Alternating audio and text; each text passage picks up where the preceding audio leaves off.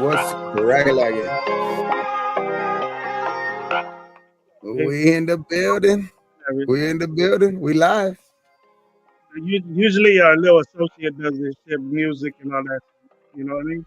We got a guy for that, but he's not here. Nah, but We we got a good. guy We for that. good. And no We call, no just show, bro. no call, no show. Huh? Yeah. Man, it's We crazy, got we man. got a G and G show in the making. So if he doesn't come, it won't matter. If he doesn't show up, it won't matter. For real. We're good. We're good right now. There's some music right now, but let's get to it. Shit, we right here. We here. Shit, Let me what's up, man? How's everybody doing in the chat, man? I know people are just getting in here, but shit, we how's everybody, man? Shit, I know I wasn't here the other day, but had Mike G. some work, you know what I mean? After work, I had to do some work, but hey, we here today, and we got some news, man. We got we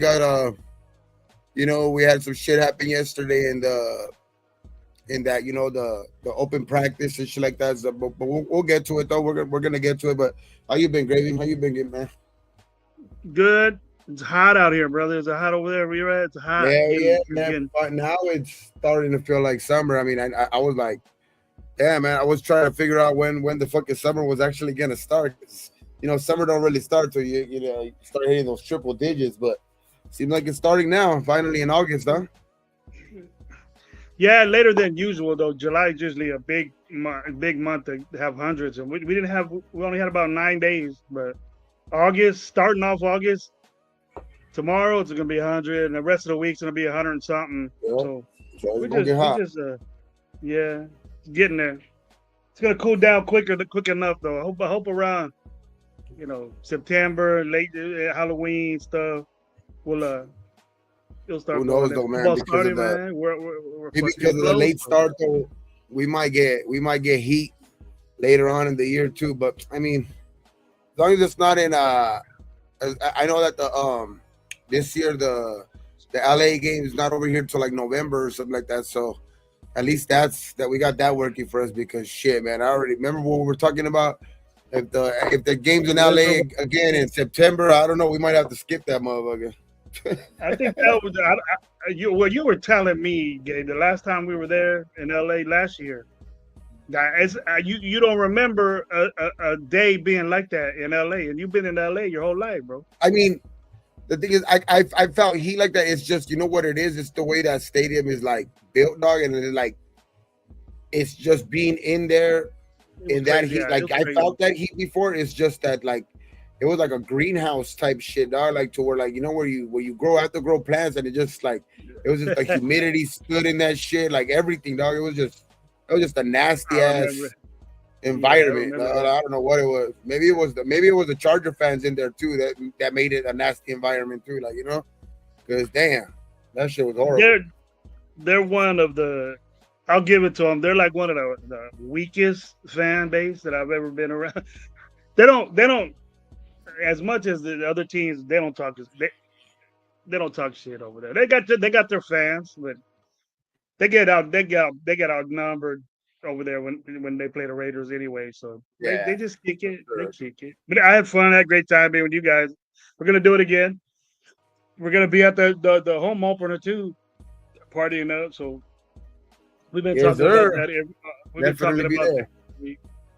But shout out to the 20 already in the house. I'm gonna get to the chat so I don't fall behind. Mike Guerrero, the first one on base, the leadoff hitter, bro. He says family football's for nerds. You know what? I asked Mike Guerrero every year, bro. You think you change about fantasy? You gonna quit playing the video games and play fantasy football and shit? He goes, fuck fantasy football. They're for nerds and shit. I just do it to piss him, but he doesn't get pissed. I just do it to irritate him. So I did it today. Jason Downs, what's up, man? Hey, I see you on the show that that you're in now. You got great game, Jason Downs. I love you're real informative, bro. You're real good for that show. You guys do a great job. He's on Jeff and Chris's show. He's a host on there now, and he got a good game, man. Raider game. He knows the past and then now too. So good job, man. Real good to see you, James. He was in the chat guy and he became a content creator. He's gonna be a content creator. So way up to him. Man. Orlando Padilla, what's up, bro? How you doing? We the people, what's up? My opinion, my dude, always. What's up, man? How you doing? We got Leaky. What's up, bro? How you doing, man? Thanks for being here for me and G and G show with Gabe. Raider Jab, how you doing, sweetie? Good to see you. Free Thinker, what's going on, bro? How you doing? Cool Kev, my dude. I shot you an IG, man. Look at it. Did he get that to me so he can get you in? Cool Kev again, Jason Dow, we the people. Cool Kev. Building. Yeah, Cool Kev's always around here. Raider Dev again. House Junkies, what's going on, man? How you doing? Salute Raider Nation. Salute Gravy and Gabe. Salute to you. Thanks for being here, bro. Steve DeLuna, what's up? Thank you for being here, bro. Me and Gabe gonna pop it off real quick with some good topics. I don't know if Lowe's gonna come in. He set it all up, so he must have wanted something. Thanks, Cole. What's prop to you guys? What's prop to you, bro? You're doing a great job over there. Rock, what's up, man? My boy, always over you kicking it. You gotta throw some game to us a little bit. My 2 cents, if I didn't say it. But Cool Kev, yeah, get at me, man. Look at your IG. Give me that information, man, and you'll be locked in, bro. You don't have to worry about nothing for a minute. You know what I mean? We're gonna try to make it easy for you guys. We want to get the draft for fantasy on the Holland Squad or whatever. Him and Red Nation Jason got involved in it, so I need you guys' emails for me to put it in there. So we'll see what's going on. Gabe was mentioning some. All right, thank you, Cool Kev. I just seen it right now. Thank you, bro. I'll hit you up the team you're gonna be on.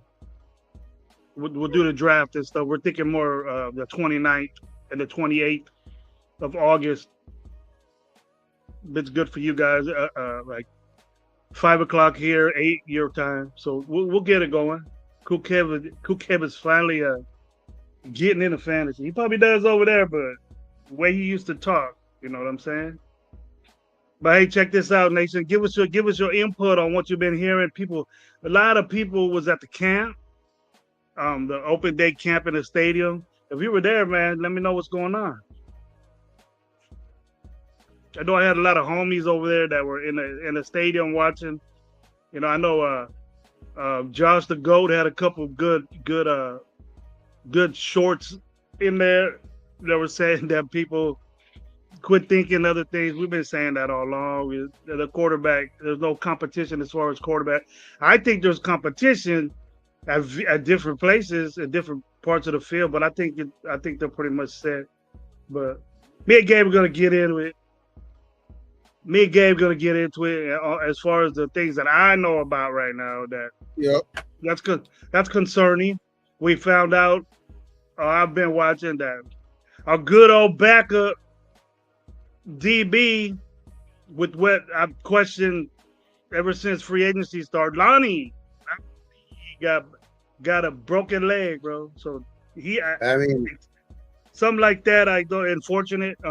Just because I'm not saying they suck, but I don't want them to get hurt, and that's unfortunate. That happens in football, but it's unfortunate. But what do you think now, bro? There's guys out there. We going with the roll, or we want to push? Asante Samuel's still there. Move someone else to slot. You know what I mean? You got the other guy out there? The one that hasn't got picked up yet free agency. Simmons, or was it Simmons? Yeah, Justin Simmons at safety, because I know that Lonnie Johnson was getting used as safety too, which is crazy because he plays both. We seem to have a lot of safeties out there. You know what I mean?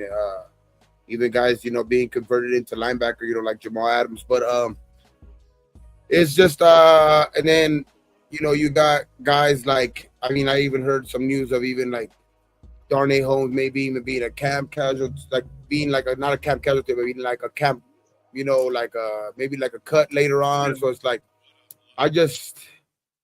that's one of the, I think our DBs in as a whole, we kind of talked about it, how that's a major sore spot for us. I think we kind of been talking about how we've kind of need help, especially at the corner position, and just hearing any is just concerning. You know what I mean? At this point, because we're already kind of thin.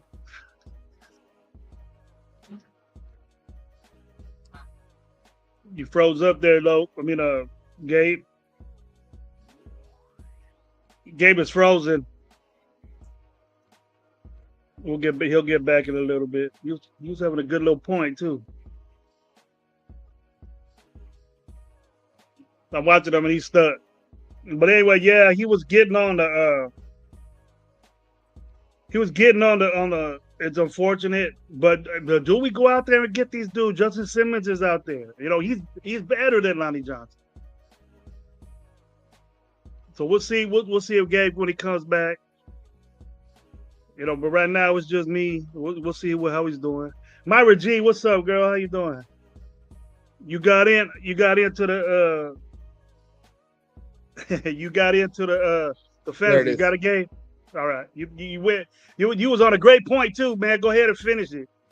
Go ahead and finish. Now I was just basically just kind of talking about how we're already kind of like that's kind of a something we've been talking about, how we need already help at that position, and just any injury at when we're suffering any injuries at that position. I mean, anything pretty much on our defense, but it's like it's just not a good thing, especially because that's a dude that he was probably going to play a big role even on our special teams. You know what I mean? Which because that's kind of been a big role of his in his career. You know what I mean? He was kind of seeing if he could step up and play more of a, you know what I mean, more of a role on the actual defensive side, which it looked like early in this camp, there was rumblings of him actually playing really good, getting some time with the actual first three starters and stuff like that. So it's just it's unfortunate, man, because that's a pretty bad injury. He's only here on a 1-year contract as it is, you know what I mean? So it's like,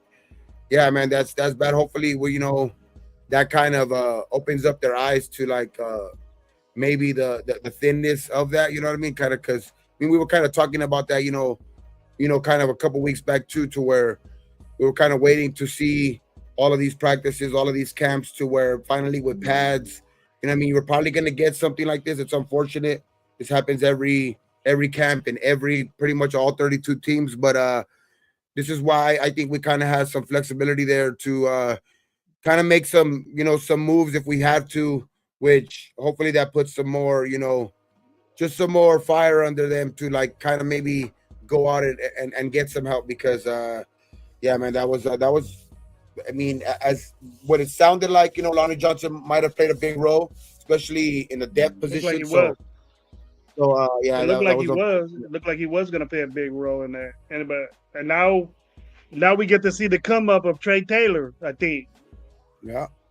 Besides what we were talking about free agency wise, but even though they're better, we can move things around. Like the rookie could play slot, and we're cool with Darnay Holmes, and then we could bring in another corner such as Samuel to do that. You know what I mean?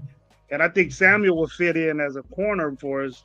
Great, he could do both ways. He can play zone, and he's a press man type guy. He's just a little bit. Those free agents a little bit older, but they got it. They got it already. You don't hear bad shit with it, but it's unfortunate that it happened. This might be fucked up to say, but I'm glad it's not JB or one of these other guys. Lonnie Johnson to me was expandable a little bit. Yeah, he was debatable, but he was up on the roster, man, pretty high. He was with the twos, consecutively twos, and then they were saying he was blending in with ones too. Yeah, I just think it's big time, because I just think it's kind of like a big injury, just because this is kind of a guy that maybe Pete and these guys were kind of counting on, because that was their guy. Yeah, that's their guy.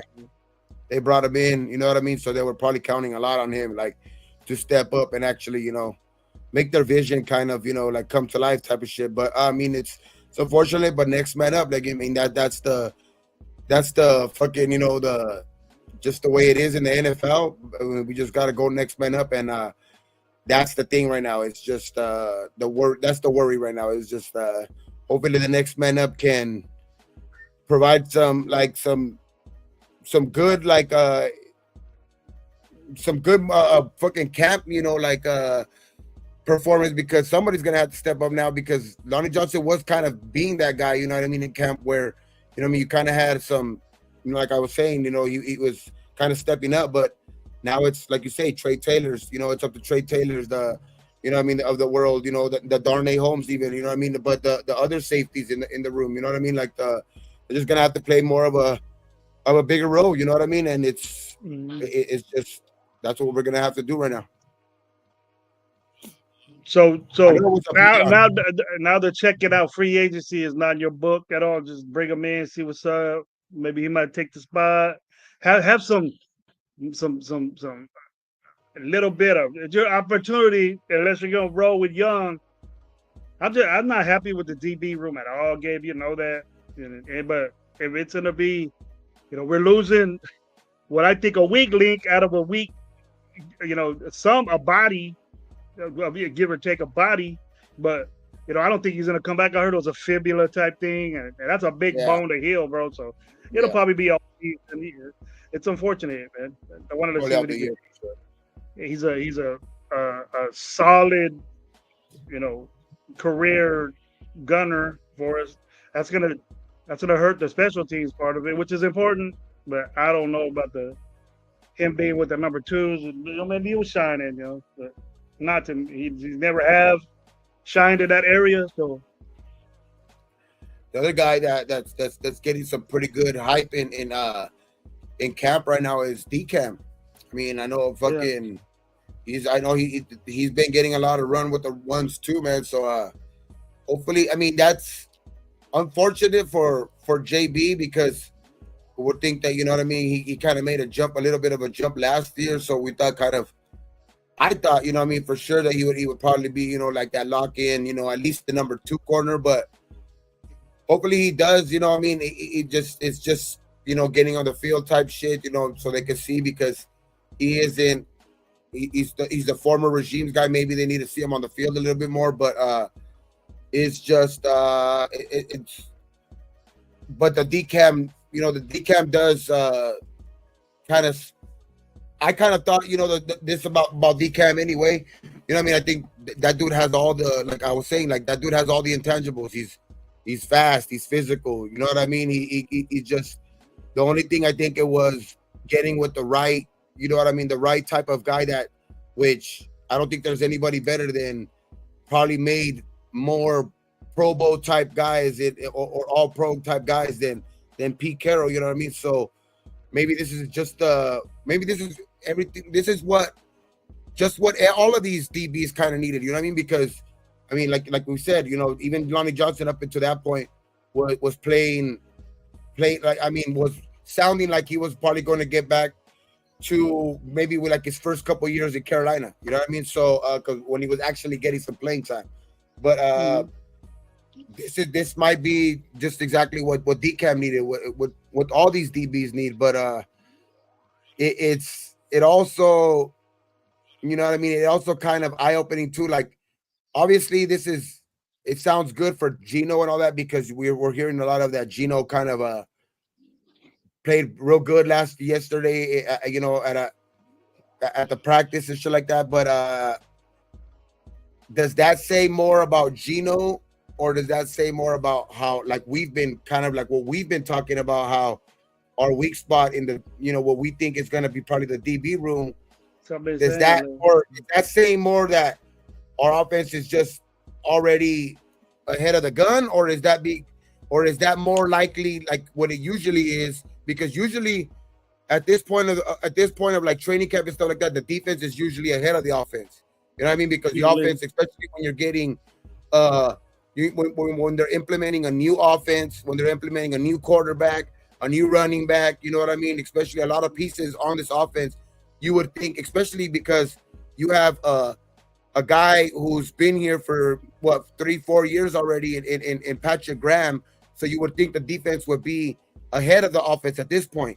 So just yesterday, coming out in the first drive and throwing for a touchdown on the first drive, going down the field, and him, tearing it up, which sounds cool because our offense needed that jolt. You know what I mean? Like our offense obviously needed that from last year, but I'm just asking the question: is is that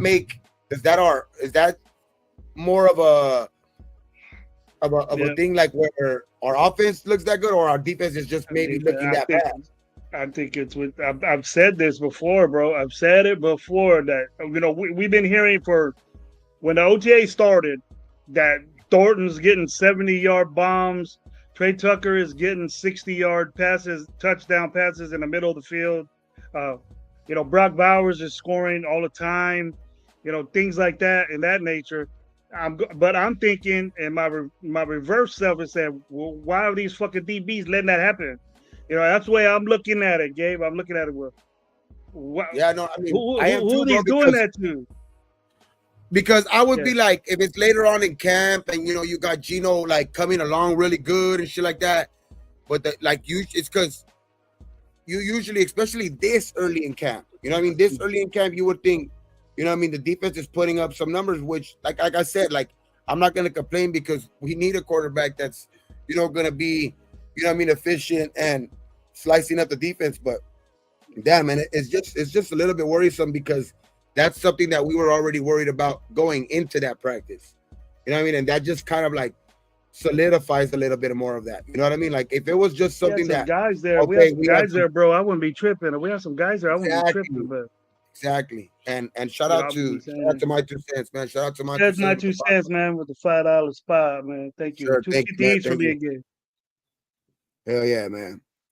But it's Help it just it's out, bro. just it's just crazy, man. Like hopefully they could get along, which I mean, hopefully they could come along a little bit because it's early. That's what I'm hoping. You know what I mean? That it's that because it's so early in camp, but that injury like that to Lonnie Johnson doesn't help. But yeah, we just need I'm just hoping that they come along a little bit faster than that, you know what I mean? And just hopefully the next practice or on Thursday when we actually go see an opposing team, we can look a little bit better than that when we actually can all see that out, you know what I mean, on display. And hey, without further notice, shit. Man, Hey, the duct you tape ready? of the show showed up, bro. I can't believe this. We are privileged to have our guy 30 minutes late to a show that he set up. And that's Well, at dirty least I'm low. showing up. I'm not a Dirty low no is call no dirt. We show, could Gabe. dirty low. The dirty came back into dirty low. It's It not used to even be that. low. Wow. Now it's dirty low Wow. because what you did today was unexcusable. Fine. I was looking at the Might you, chats, bro. I see everybody was all happy that I wasn't here. It was a G&G show. Now I just fucked you it didn't all get up. the My you didn't bad. get the hint. You didn't get the hint, bro. Shoot. Yeah, I thought I'd still, like pull up, but just give you guys my presence, say We'll say hi. you don't even get a cut of this either. But Raider Dev hooked us up. $1.99. Me and Gabe. Thank you very much, Dev. Yeah, shout out Raider Dev It in the was building. and then my Yeah, with 2 cents. We got 199. 250 for my 2 cents. What's up? Lo don't get none of that shit. He going late. He going Hollywood. Yeah, Jimmy Montez. What's up, man? How you doing? Low high maintenance. Oh shit. I like that. Yeah, He low had to high. put his little makeup, he had to put his little Gucci powder on, his little flakes he put on his face. Hey, Come you down were like a doing king. this with the hand movement? How do you know about the hand He was movement, over bro? there Like like you this, just bro. You over do here that shit. watching videos how to do it, how to make your face look all cool and angled and shit. Watch your TikToks, bro. Watch your TikToks. Sorry, I tried to take a little quick power nap and it fucking went into a little bit of extra half an hour. Let's go. We all need to sleep. We all need to sleep. I haven't had a nap in I Gabe, don't know how long, bro. me and Gabe was talking about this travesty of an injury to the DB room with Lonnie Johnson breaking his fibula and not be able to be back for the season. What's your take on that, bro? For me personally, bro, like our playoff shots are gone. You think so? Yeah, our playoff shots are I gone. wasn't playing around though. I wasn't playing around. I think pretty much we're just gonna have to, just trade Gino. Let's trade everybody. Let's get rid of it. Come on, bro. You already know what it is. The next man up. Hey, were you were like sagging in? See, homeboy comes in and says, "Get it That's my together." cousin. All right. What's good, bro? Oh Salute, man. man. He's Jerry Monte. What's getting up? together, Just give Derek. it. This is what I'm talking about. This is what I'm talking about right here, bro. This is what I'm talking about, Gabe and Low. What's up? Is it Shout out, time Rock, now? man. Shout out to the how many people are 43 in the building, man. Yo, check Is it this out. time to do this? Is it time to make this happen? I think Well, it how is. many safeties are we gonna have? We lost one, a backup. He was a legit number 2 playing at safety. I mean, yeah, he was getting a lot of reps with the first team, bro. Get a lot of rep with the first team. Trey Taylor need to step up, but we should have a guy there. We ain't got a guy on a. Well, I mean, you know, it is preseason. The final cuts haven't even been made, so we I mean, lost. it's just another chance for me to step up. No cuts will be made actually until like next week. So, well, I mean, what I'm saying is cuts are gonna be made. So he might have been another camp casualty, bro. Just because you look at. I mean, people are getting cut from fucking I think it was the Rams already, bro. Like, so I mean, that played and he's actually getting. But I mean, none of them got reps with the ones, bro. None of them got reps with the ones. I know we released Kyle Phillips. I know we released I forgot who and then else. Kyle Phillips score a touchdown? I don't know. To be honest, I apologize. It was Dorsett. But I know he got released today, and we signed two tight ends, which that's kind of a little head scratcher. Did anything happen to our tight ends yesterday, or did they see anything? Which I think that's more of a depth thing, because I know we got that one dude from Ishmael. I think he was one of the nephews from Quadre Ishmael or something like that. Yeah, we got him, but maybe that's not working out, because I know we signed two. We signed two guys to the roster today. For I know that there's going to be cuts soon, but that was just maybe like a depth thing. Maybe the back end of the tight end room is not cutting it, because I mean, to bring in two tight ends, just a little maybe I just think the back end of the tight end room might not be cutting it right now. What? Look, the way the team is being built, the way I've seen it, and the way they're talking about it, like, bro, like, I don't think Lonnie Johnson is gonna be, you know, like a captain on, even special teams. For him to come in to be doing like, oh, all of a sudden this is gonna change some shit. You know what I'm saying? I know that. Like, and I hate to say he's just a cute body, you know. But I know maybe because of his prior 2 years, maybe it's easy to say that. Like, it's easy to say that, you know, he wasn't going to be a captain or anything like that. So it's like easy to move on for him. But like, just the little things that we were kind of hearing from him in the last couple of weeks was kind of promising. You know what I mean? Because for him to like kind of be making that jump from a usual, you know what I mean, a gunner, like Gravy was talking about, usual special teams guy, to getting, you know, consistent, you know, reps with the first team. You know what I mean? It was kind of like, maybe he just needed to be in, like we've been talking about this a lot about a lot of guys, you know what I mean? And not just in our organization. We talk about this kind of all the time with just certain players who have been put just in bad situations because of coaching or whatever they're in, like scheme wise or whatever it is. I know there's been people that have kind of said, and which makes a lot of sense, like great players don't need to conform to a scheme, you know what I mean? Which is true.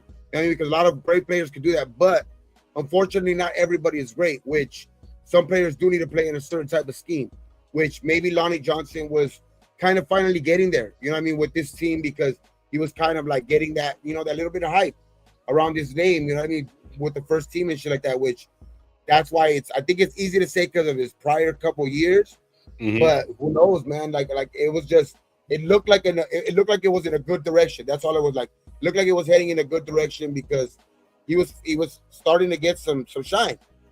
Yeah, I'm with Cabrera right here, bro. He says, "Come on, Al Johnson's injury, it wasn't going to change anything. That was going to be in place." That's true. That's really, really true right there.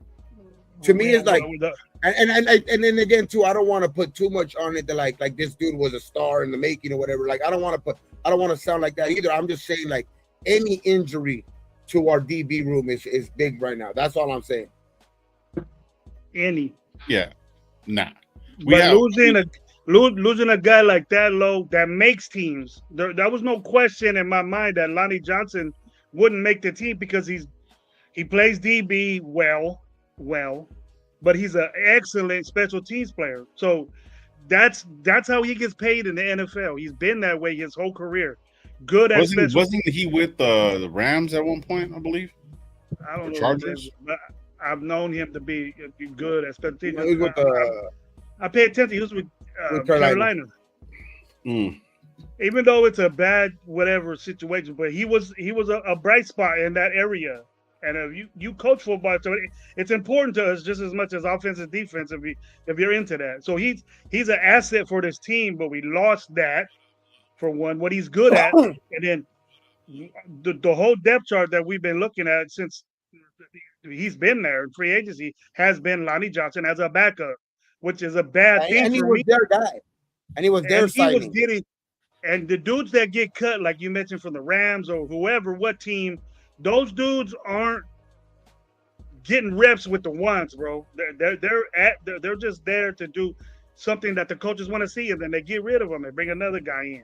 But Lonnie Johnson wasn't doing that.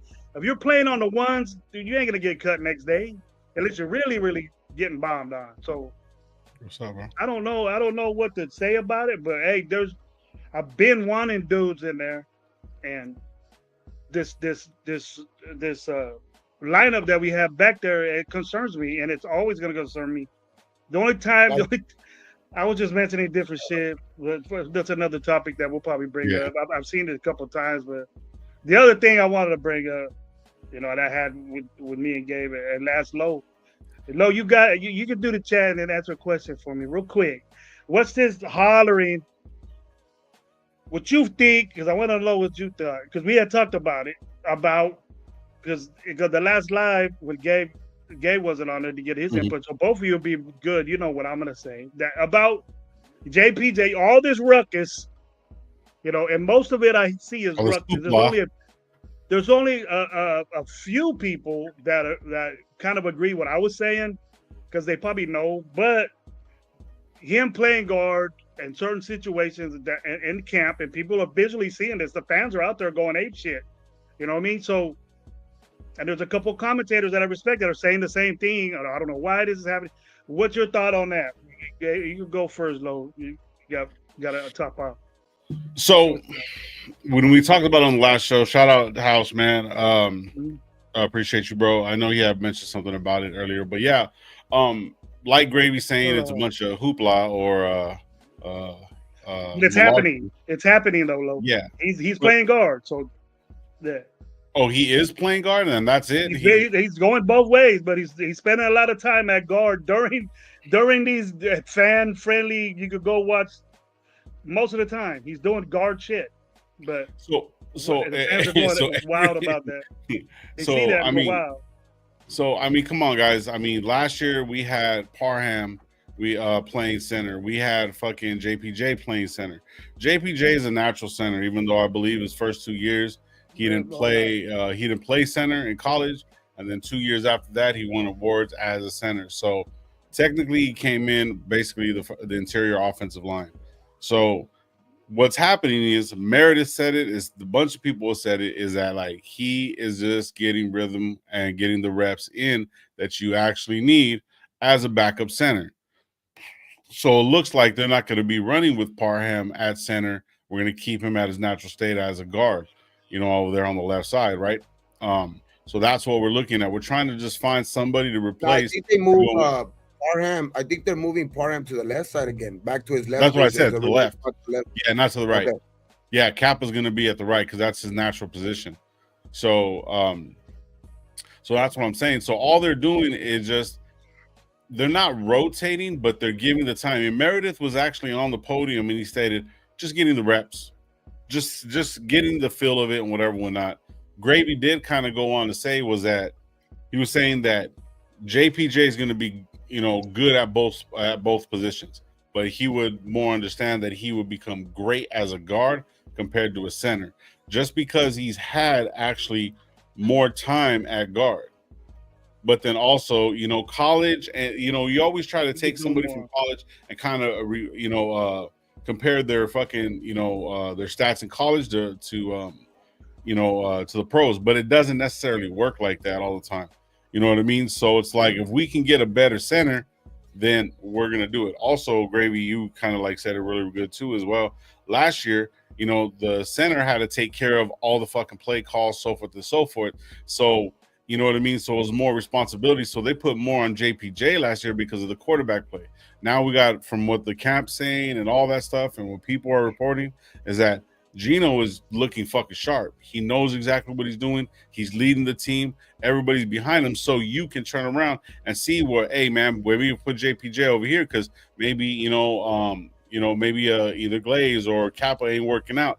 They're just doing a rotation to get to fill up. But I think at the beginning of the season is going to be JPJ because that's where. I know they just signed former Colts to guard Antonio Maffi. Yeah. Too, so big guard, three, like I think he's like 6'3", 330, and another dude who he can move too. So we're getting guys that move. A guy that we've been talking about who's kind of like we've always talking about that he struggled because of his size and all that shit. It's Parham, and Parham I guess this summer or whatever put on like 18 pounds or whatever. He's up to like 330. Dude's he's not no small guard anymore because and they're saying that he's looking better in camp. They moved him over to his more original kind of where he started, where he kind of played his best ball already in the NFL. You know, next to Colton. You know what I mean? Which that's another thing that I haven't got on. Which I wasn't here on Thursday. I don't know if you guys talked about it or not, but the extension of Colton, you know, that was big time this week. Yeah. I mean, the extension of Colton was big time, and I think having Parham next to him is going to I think that side I'm comfortable with. I think the only thing that is kind of that I would probably maybe like say that the reason why I think that they might probably having Meredith, which what I've heard kind of heard a little bit about, which Chip Kelly kind of likes the speed because I guess Meredith is a faster type center, which was kind of hard for me to believe. But going back and looking at it, I guess he is considered a faster. Like he runs. I think he's a more nimble type of guy. Meredith, he's that's what he's known for. Like his I guess his speed at center, which that's there's a lot of moving parts in Chip Kelly's offense where you know what I mean. I think the center needs to be, which I wouldn't say JPJ lacks there, but maybe that's probably where Meredith's strength's at, and I think also kind of protecting a little bit of Glaze too on the outside too on the tackle on the right. Having JPJ play next to him, I think that has to do with a little bit of that too, where I don't think they want Meredith and Glaze on the same side together.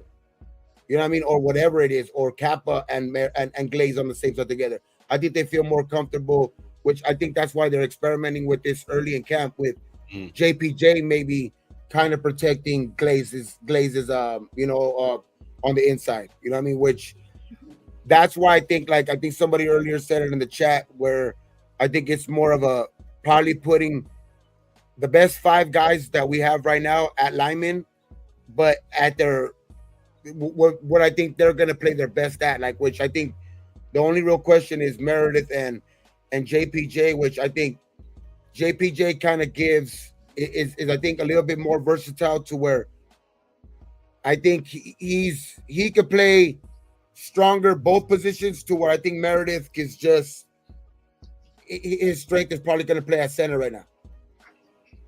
Because I don't think he's not going to be able to hold up. I think especially if you put him on the same side with Glaze. That's exactly what I'm saying. Both the other day, both you agree with what I'm saying. It was just the fact that we're so embedded as fans that he's a center because he was the best center coming out of college. Yes, it's different now. I would think the way he moves and the way he is, it's great at center, right? And great attitude to be that center, but he could do way more with that attitude and going at it. You know, like if you pull that dude, I would hate to be a linebacker or a DB or a safety hitting that guy, bro, because he ain't gonna stop. That dude ain't gonna stop. He ain't gonna let you get in his way. He's gonna do what he has to do, and then go to the second level. I just think he could be an all pro right now guard, in my book, and he'll be an elite center for us. Like he could do more at guard if you look at his game and what he does, and then you install Parham. Parham played his best football when he was next to Colton Miller. Just like what Gabe said, he played his best football when he was with Colton Miller. And then if we could get JPJ, which is it's in my book gonna be a great guard, the elite all-pro guard next to Glaze, that's even better, man. I want a guy like that to go around and kick out and be in the little dude area every time Janty gets the ball. Every time. And you're gonna see that he can't do that as a center because he's not a center like Kelsey, he's not a center like that. We don't know if he can move like that, but I wouldn't move him like even there was a chat in there that said that he's not getting it right. I don't think he's a smart kid. It might be tough. The responsibility of a center in that offense is tough, but it's just more mental. And then I don't even think that Meredith is a better set. I don't think Meredith is a better center than JPJ. I just think that his speed is kind of a strength to this offense to where I think just the combination of players, I think he just works good. I think he just works good in that combination to where they like his speed over maybe doing the combination of JPJ and maybe like Kappa at right guard. I think it's just the combination of things to where I don't think that it's necessarily a straight out, Meredith is just a better center. I just think it's putting the best 5 guys that they think that are maybe going to be able to run this offense, the most efficient. You know what I mean? Because that's why I said I don't think it's like I think somebody said right now. I think Mike 2 Cents put, JPJ ran a fast-paced offense at Oregon, and that's why I said, that's why I started off with saying it was kind of hard for me to believe when they kind of did come out with that report that Meredith was kind of looked on to be this kind of they're kind of using him as center because of his speed over JPJ, because JPJ, to me, I think that was kind of one of his strengths as well, to me. You know what I mean? But fast. I think it's just getting both of those guys. I think it's having both of those guys on the field at the same time because they're both speed, and that's I think part of Chip Kelly's offense. You want fast linemen out there. I think it's just trying to have them both on the field at the same time in the best combination to where I think that's why JPJ is more versatile, so he could play probably in either role. I think, and that's why probably right now Meredith is just performing better at center, and that's why they're using him there. It's a lot of work, a lot of thinking, a lot of responsibility right there. And I'm not saying that JPJ ain't down for it, but just understand what I mean about you have what Chip Kelly is known for, and he might change it. He's an outside zone guy. That means your guards are going to pull and get to the perimeter. If we got running backs like that, so why would you get a slower guy, and put him at a spot where he needs to move? It just doesn't make any sense. And then even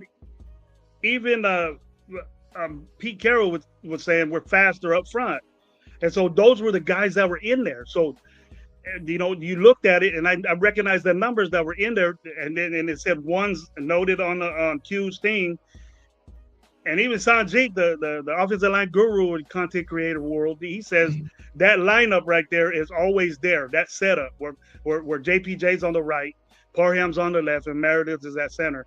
We go into that, I don't have a problem with the guard spot at all because we're quicker, we're faster, and when you initiate with Chip Kelly and in his pro days, and his pro experience, what he does is he's an outside zone guy, spreads you out, he's a spread guy. So as confined and compact formations that the NFL uses now to run the football, those dudes need to move. And we got to understand that. So I don't have a problem with that guy playing guard. All pro guard. Probably because you look at every single one. Because if you look at every single one, and like the one that starting lineup, like the one that we're talking about right now, specifically, Glaze is known as a guy that's pretty quick out there too at tackle. You know what I mean? Like, and then you got you'll have JPJ, who's known to be a puller in college and all that stuff. So he's pretty quick out there too. Meredith, I guess I'm not too That's why I'm saying like it was hard for me to believe. I'm not too familiar with this game, but that's the like I guess the scouting report on him. That's his game. Yep. He's fast. You know what I mean? That's what he's good at. And they Parham, say quick he was feet. known They as a say quick smaller feet. guy. He has quick feet. He has Yeah, quick and feet. Parham too. You'll hear I think that. Parham too. That's one thing that he was smaller, but he was known that he was a little quicker too. You know what I mean? I think, and then Colton's never had a problem there. I think that's why this line is just going to be what it's just shaping out to be exactly kind of like what kind of like the strengths that Chip Kelly is known for. You know what I mean? That speed offense, you know what I mean? Kind of stretching out the play, stretching out the running back, you know what I mean, outside, and then finding the hole, stretching it out, and then the running back finding the hole and hitting the hole. It's just I think that this is going to be it's a good sign for this offensive line, bro, to be honest. I think I because like it. JPJ just willing to do that. You know what I mean? It's like he's not going out there and saying like I'm a center and that's it. Like I think this line is going to be good, bro. A much well improved line because I know we didn't have any good running backs last year, which that kind of was one of the main problems of our why we were so historically bad in the running game. But our offensive line was kind of all over the place as well too. Kind of we were barely starting off with JPJ. Kind of did they were moving around, seeing where they were getting him comfortable with. Glaze, they kind of throw him in the fire right there. Colton was coming off of an injury early. You know what I mean? It was just all over the place. We're kind of getting guys, nicked up. Parham missed some games in between the season to where I think that's going to be the biggest reason why. I mean, obviously, we went out and picked the fucking running back at number 6. You know what I mean? And I think he's probably going to be one of the better running backs to come out in the last, the last 20 years, whatever. But what's up? That and then along with this offensive line, I think it's going to be that's going to be well improved. I think that's why I think that this team is really why a lot of people are kind of high on them being one of the most improved teams. Well, look, that's going to control the game. So we're gonna talk about basically like this. What we're doing with Meredith is what we did with fucking Andre James. Andre James sat behind the fucking center. Meredith was with us last year. He's only been in the league since 2017, and then he was with the Cleveland. Meredith is young, right? Oh no, I apologize. Meredith has been in the league after 2021. He was with the Cleveland Browns and then the Raiders. So he is a guard. You know what I mean? He is labeled as a guard, but yet at the same time, Andre James, I know that he had maybe 2 good years, except for this last year. You know what I mean? They taught him. He was undrafted and a guard, and he never played center in the NFL, and so he was our center. So there's a possibility that he can do that if he's quick and got the intangibles. And you guys are right. If it's gonna be better for fucking JPJ to be at that guard spot, fuck it, let's run it. It's gonna be the best thing for the overall line. I mean, it could be tough. My opinion, I hope not, dude. That's one thing I hope not. Like, because that would be a bummer. That would because that's one thing that we can't have. Then we gotta go look for. That's when you gotta move JPJ back in it. But I don't think there would be. I think that's why that's the move right now, because you always have that. That's why I keep talking about the versatility of JPJ. You always can put JPJ back out there at center, and that's why I think the move at this week was made with the signing of Mafi. You know what I mean? Maybe because if it doesn't work out, then you kind of have maybe like a contingency type of plan where you kind of still can have a couple of guys that you can maybe plug in at that guard position, at that right guard position, and move JPJ back into the center. But it would be I think it would be like, obviously I think JPJ can be a great center, but if Meredith can go out there and actually do a good job out there and hold his own against these, because I think the biggest question with James was he could never hold his own with any of the big guys. He was decent. That's why I think he was able to earn his other contract with us, and that's why some people were like, oh, I guess he wasn't that bad because statistically he was ranked like the 10th best center or whatever, but he just could never hold his own against any of the big time guys in the top-notch guys at defensive tackle.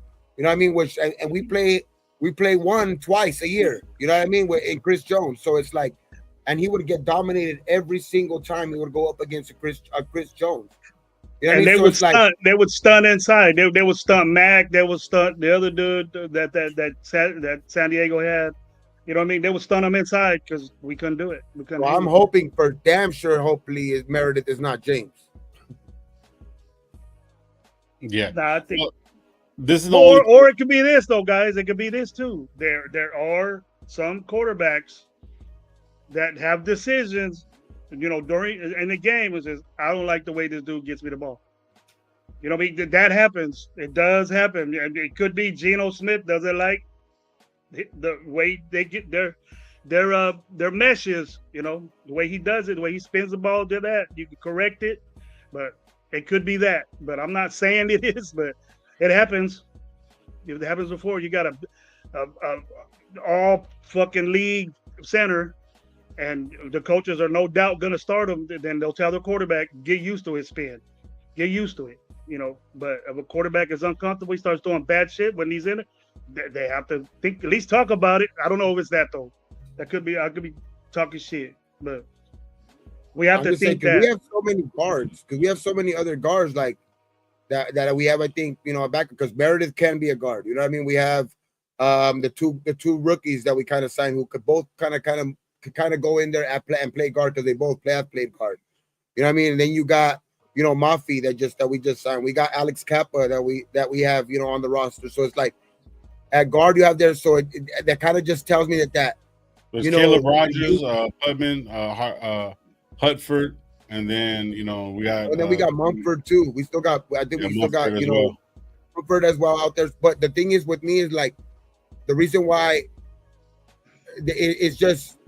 That says a lot about Meredith, because with all of those guards and with really only two guys that could play center, which because I don't think that they're going back to Parham playing center. I think that's just the emergency type center if anything happens. But with just the fact that they are with all of those guards and they're still willing to go with maybe JPJ moving over there because Meredith is probably better suited at they feel more comfortable with Meredith playing that center than any of those other guards taking up that other guard position. You know what I mean? Like, so it's like, that's why, like, hopefully Meredith is not James, because that just says a lot about our other guards. Because if he's James and they're just not willing to go with any of those other guards, that just says a lot about whoever's going to play that other guard position. And I said that, Gabe. I go, maybe we have to have. I don't want to think that, because I would hopefully would have good players at guard positions. You know, I've said we had a problem there, but the moving, and I think they're making the right moves. Like, I would never think Meredith at center. I wouldn't think that. Even you know he can play. He's been in the league. If you're a natural guard, you had to do some work at center or know what the center does or anything like that. So if you didn't play it, that's the question. But I just think that it's logically they're thinking the way I would do that. Man, the dude will be an outstanding guard for us right now, JPJ, and then just put him there, and then you know you got a center in him. So if we get rid of all these other dudes, we know we have JPJ as a center. Is he elite? I know he's a center and was the best center in college, but he playing with the big guys now. You know, you don't play against Chris Jones 2 times a year, like you said, bro. We got demolished up the middle because of that dude, one guy. We didn't win games because of that one guy. And there's not a lot of centers or guards. There's not a lot of people that can hang with Chris Jones. Yeah. There's not a lot of people that can hang. These 5 guys that they feel the most comfortable with, these 5 guys on the field at the same time. And it just, like, I mean, Kappa was their first signing, but he was also the worst rated guard in football last year, which, you know what I mean? Like, if we have to go behind that, we have to, you know, our 2 rookies, you know what I mean? And now, I mean, we got that guy Mafi now on the roster now too. So, like, now we can see what he has in store. Maybe that changes their mind, maybe at the guard position, to where, because if he could ball out at guard, maybe they do move JPJ back. But I just think right now the signing of that guard and them willing to go to move JPJ to that guard position and have Meredith at center. To me, it just like looking in between like reading in between the lines. To me, it just looks like they don't feel comfortable with any of those other guard guys stepping in right now. Any of those other guards stepping in right now because just the signing of a guard this week, and you know what I mean, that trying to kind of mix match with JPJ and Meredith. It just I don't think they feel comfortable with our backup guards. Hold on, I'm looking up something right now because see, this is the only thing about Meredith. As of what PPF states right now, this is a big thing, right? And because PPF, even though sometimes their shit's a little out whack, JPJ was 56 and the 63.9 overall grade at guard. Jordan Meredith was 10th in the league at an 80.8. So he's a way better guard. So you know what I'm saying? So it's like, I think maybe how everyone was saying that JPJ was getting cooked at center last year. I mean, first off, he came into the end of the league. There was a new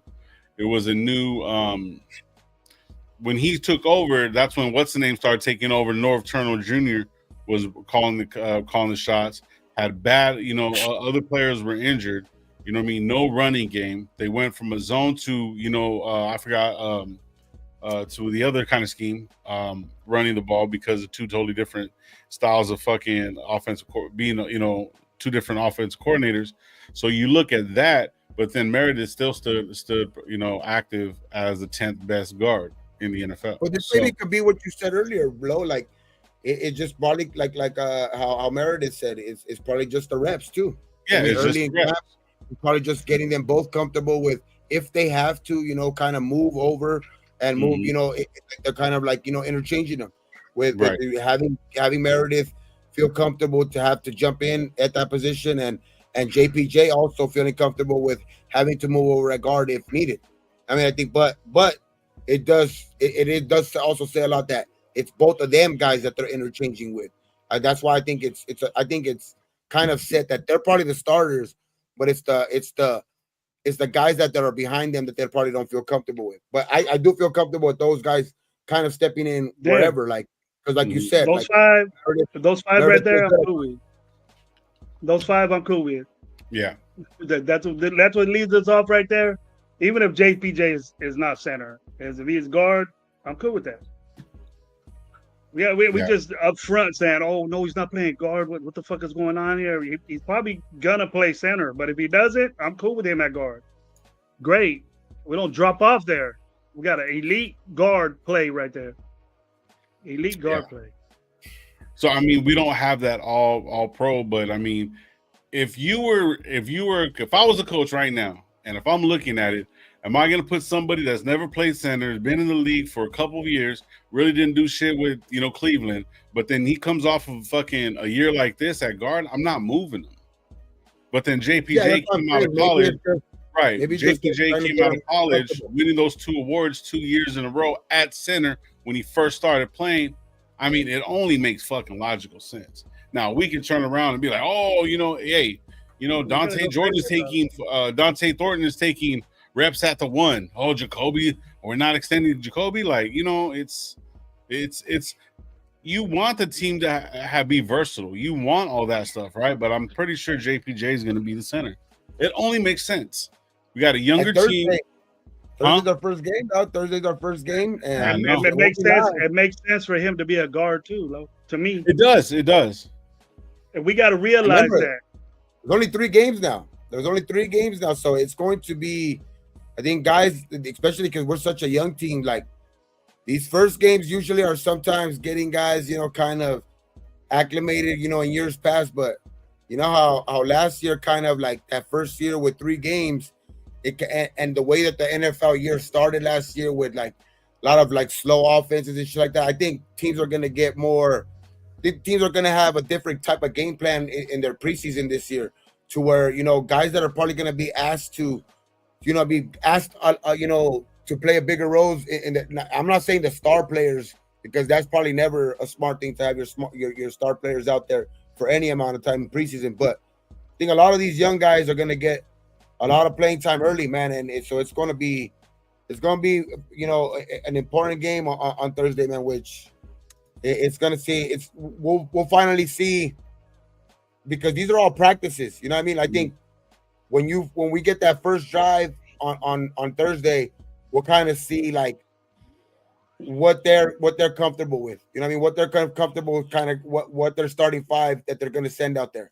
I don't think you might not see Colton.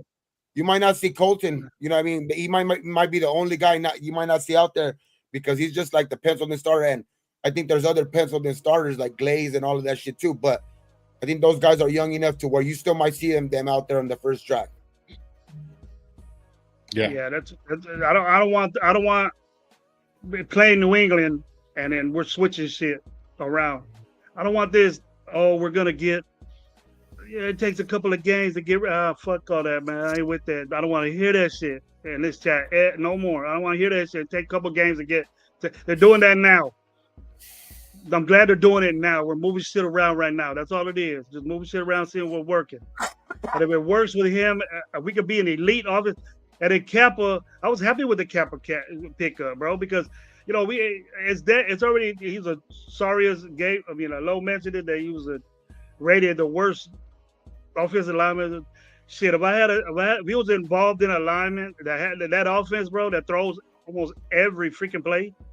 With that offense, dude, they make the playoffs and they had the highest ranked offense almost in the NFL. And so he was doing way more than what our offensive linemen were doing.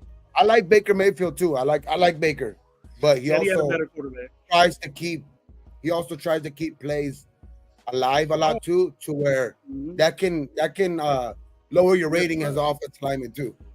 Exactly.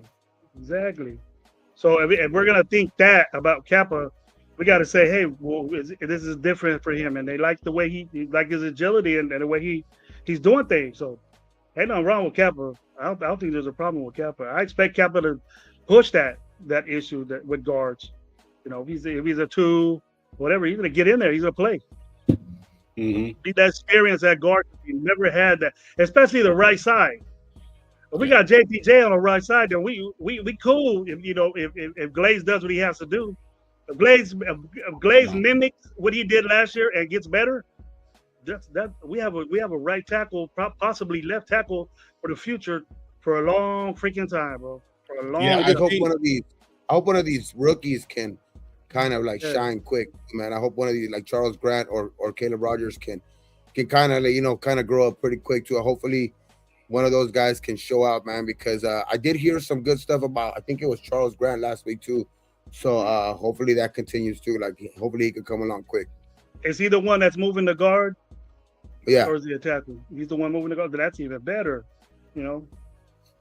See, we want JPJ to be a center, then fine, you know, that's his game right there. But if Meredith can do it and they're comfortable with that, we ain't really got a choice. But I'm happy that, because I've always looked at that. He started off at guard. He was killing it. He was killing it as a guard. So, man, I'm gonna leave this dude right here.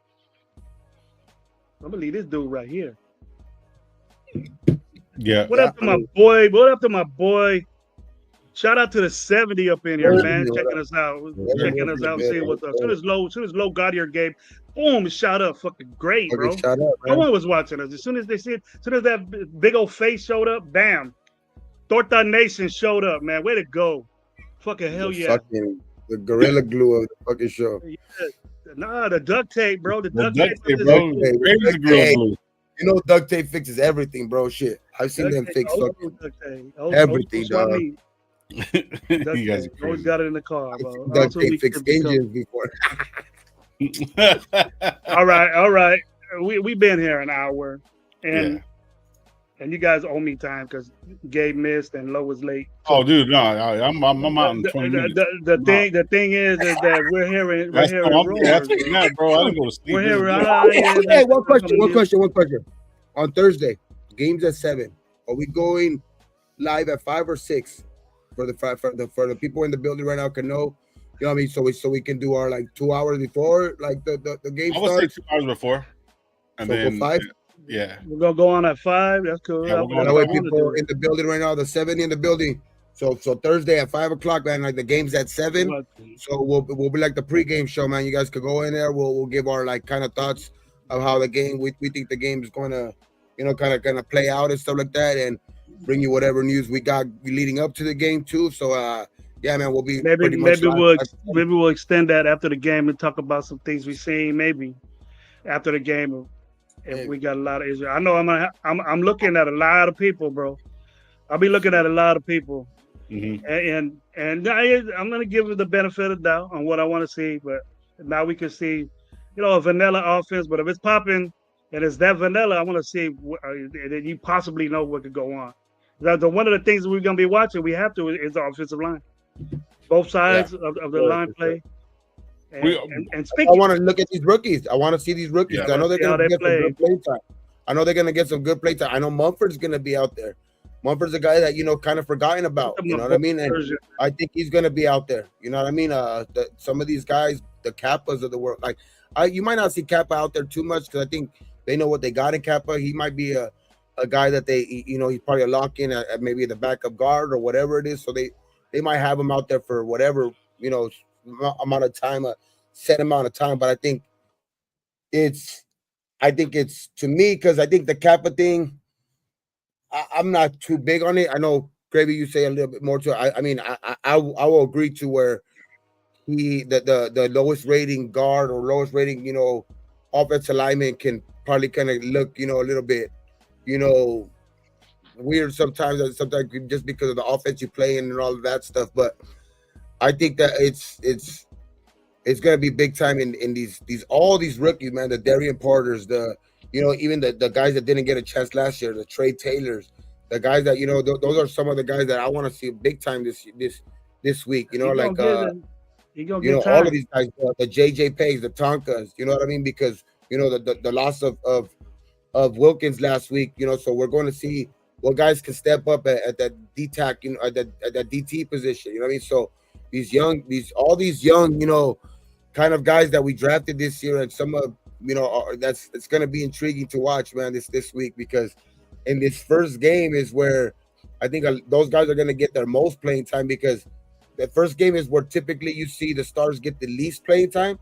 You know what I mean? Like the bigger players, because little by little, they get maybe the first game they'll get a series. Second game, the starters will probably get, what I mean, because it is 3 games now, they'll probably get a quarter, and then maybe in the third game they get, it's probably going to be again, a lot of 1 series, 2 series. But in this first series, I think you're going to see a lot of these rookies, which we have a lot of them. We have a lot of these young guys, so it's good. It's gonna be it's just gonna be an important game to watch, bro, because we're a real young team. I think we're around the league, like, which is crazy to see. Like, we're one of the youngest teams, right? We're average team wise, like in age, we're one of the youngest teams, dog. So it's gonna be interesting, dog, to see these guys out there on Thursday. You see Aiden O'Connell. You're gonna see a lot of Aiden O'Connell out there, man. I was gonna say, that's what I was gonna say. The 73 that are in here, bro. Listen. Once Aiden O'Connell throws a couple touchdowns or does some things, all of a sudden we gotta understand we all like Aiden O'Connell, but he's a statue in the pocket, got a good arm, and he's not gonna start over fucking Chino. Even Josh said that. Josh. Bradley too. I think you're gonna see a lot of Bradley out there. Bradley cut. No, not Bradley. The guy Cam Miller. Sorry, my bad. There's a report out there saying, I don't know if somebody pulled this out of the air or whatever or not, but we're gonna see a lot of him today. I mean, on Thursday too. But apparently, Tom Brady said that he really, really wanted Cam Miller, which I don't know. You know what I'm saying? I heard somebody saying it. I can't remember who it was. But they're saying that Brady came down from the office and said, "Hey, get Cam Miller in the fucking fifth. He's gonna be the future." I might be embellishing a little bit, but you're gonna see a lot of fucking like that Lindenberg kid from linebackers. See what he is. You know what I mean? You're gonna see Darian Porter. I mean, I know he goes a lot with the first team, but he's a young guy who needs reps. I think so. You're gonna see a lot of him. So it's just gonna be crazy to see, man. This like what we see, how much will we see of Ashton Genty? That's gonna be interesting too. Like shit, I want to just I just can't wait to see that foot in a uniform. Get him in a series, bro. Go to him in a series, get a couple series in, and get banged up. You need to get calloused up. This pro level, bro. That's what I'm saying. Like, how much will we see of Genty? Because regardless of I know he's a first round pick. We might not see a lot of them. I'm not asking for a lot of them, but it's just I think with the 3 games and him being a rookie, I think we're gonna see him. So it's just gonna be. That's why it's exciting, man. It's fucking.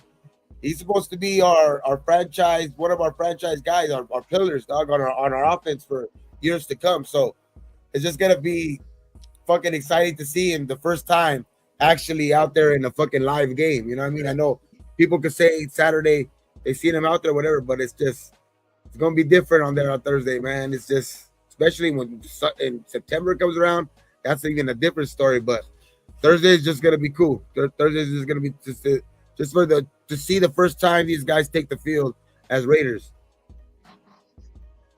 Yeah, I'm trying to remember who the guy was, but I watched the report on the Raiders, and he broke everything down, man. Because like if he was going off of the practice and stuff, the practice game, whatever. He was saying that, man, the offense just looks fucking good, and the defense looked good as well. But he was individualizing everybody. Like he was even saying that, like everyone, we don't have that traditional number one, but we got one of the most consistent at number one within Jacoby. You know what I mean? Because he is that guy that you said. He said the same exact shit that you said, Gravy. Hey, you get him the ball on the 3rd down, he's gonna make that first. You know what I mean? He's that kind of guy. He's the consistency. Then you got Brock Bowers that also was taking reverses. You know what I mean? And doing everything that he was doing. And then Mayer's like hasn't had a real good year, and now he's all of a sudden stepping up and getting that rhythm down and stuff like that. And he has hands as well. You know what I'm saying? So it's like. And then everybody else falling in, and they're saying that Trey Tucker will get open because he's small and he's fast. You know what I mean? Heard he's balling.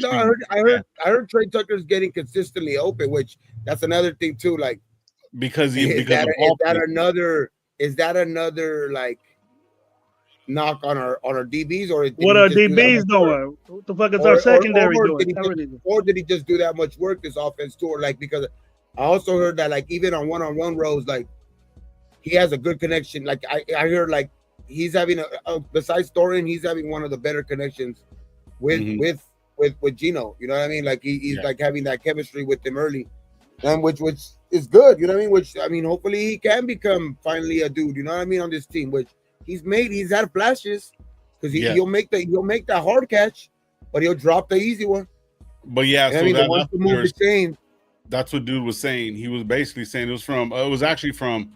It was from ESPN. No, was it ESPN? ESPN reporter. He basically stated that one of the issues that he was having last year is ball placement because he's a smaller guy. So the thing is, and that's crazy that you said that, Persian. Tyler Lockett of our offense, yeah, because he's a smaller guy, but he has good hands and he can get open.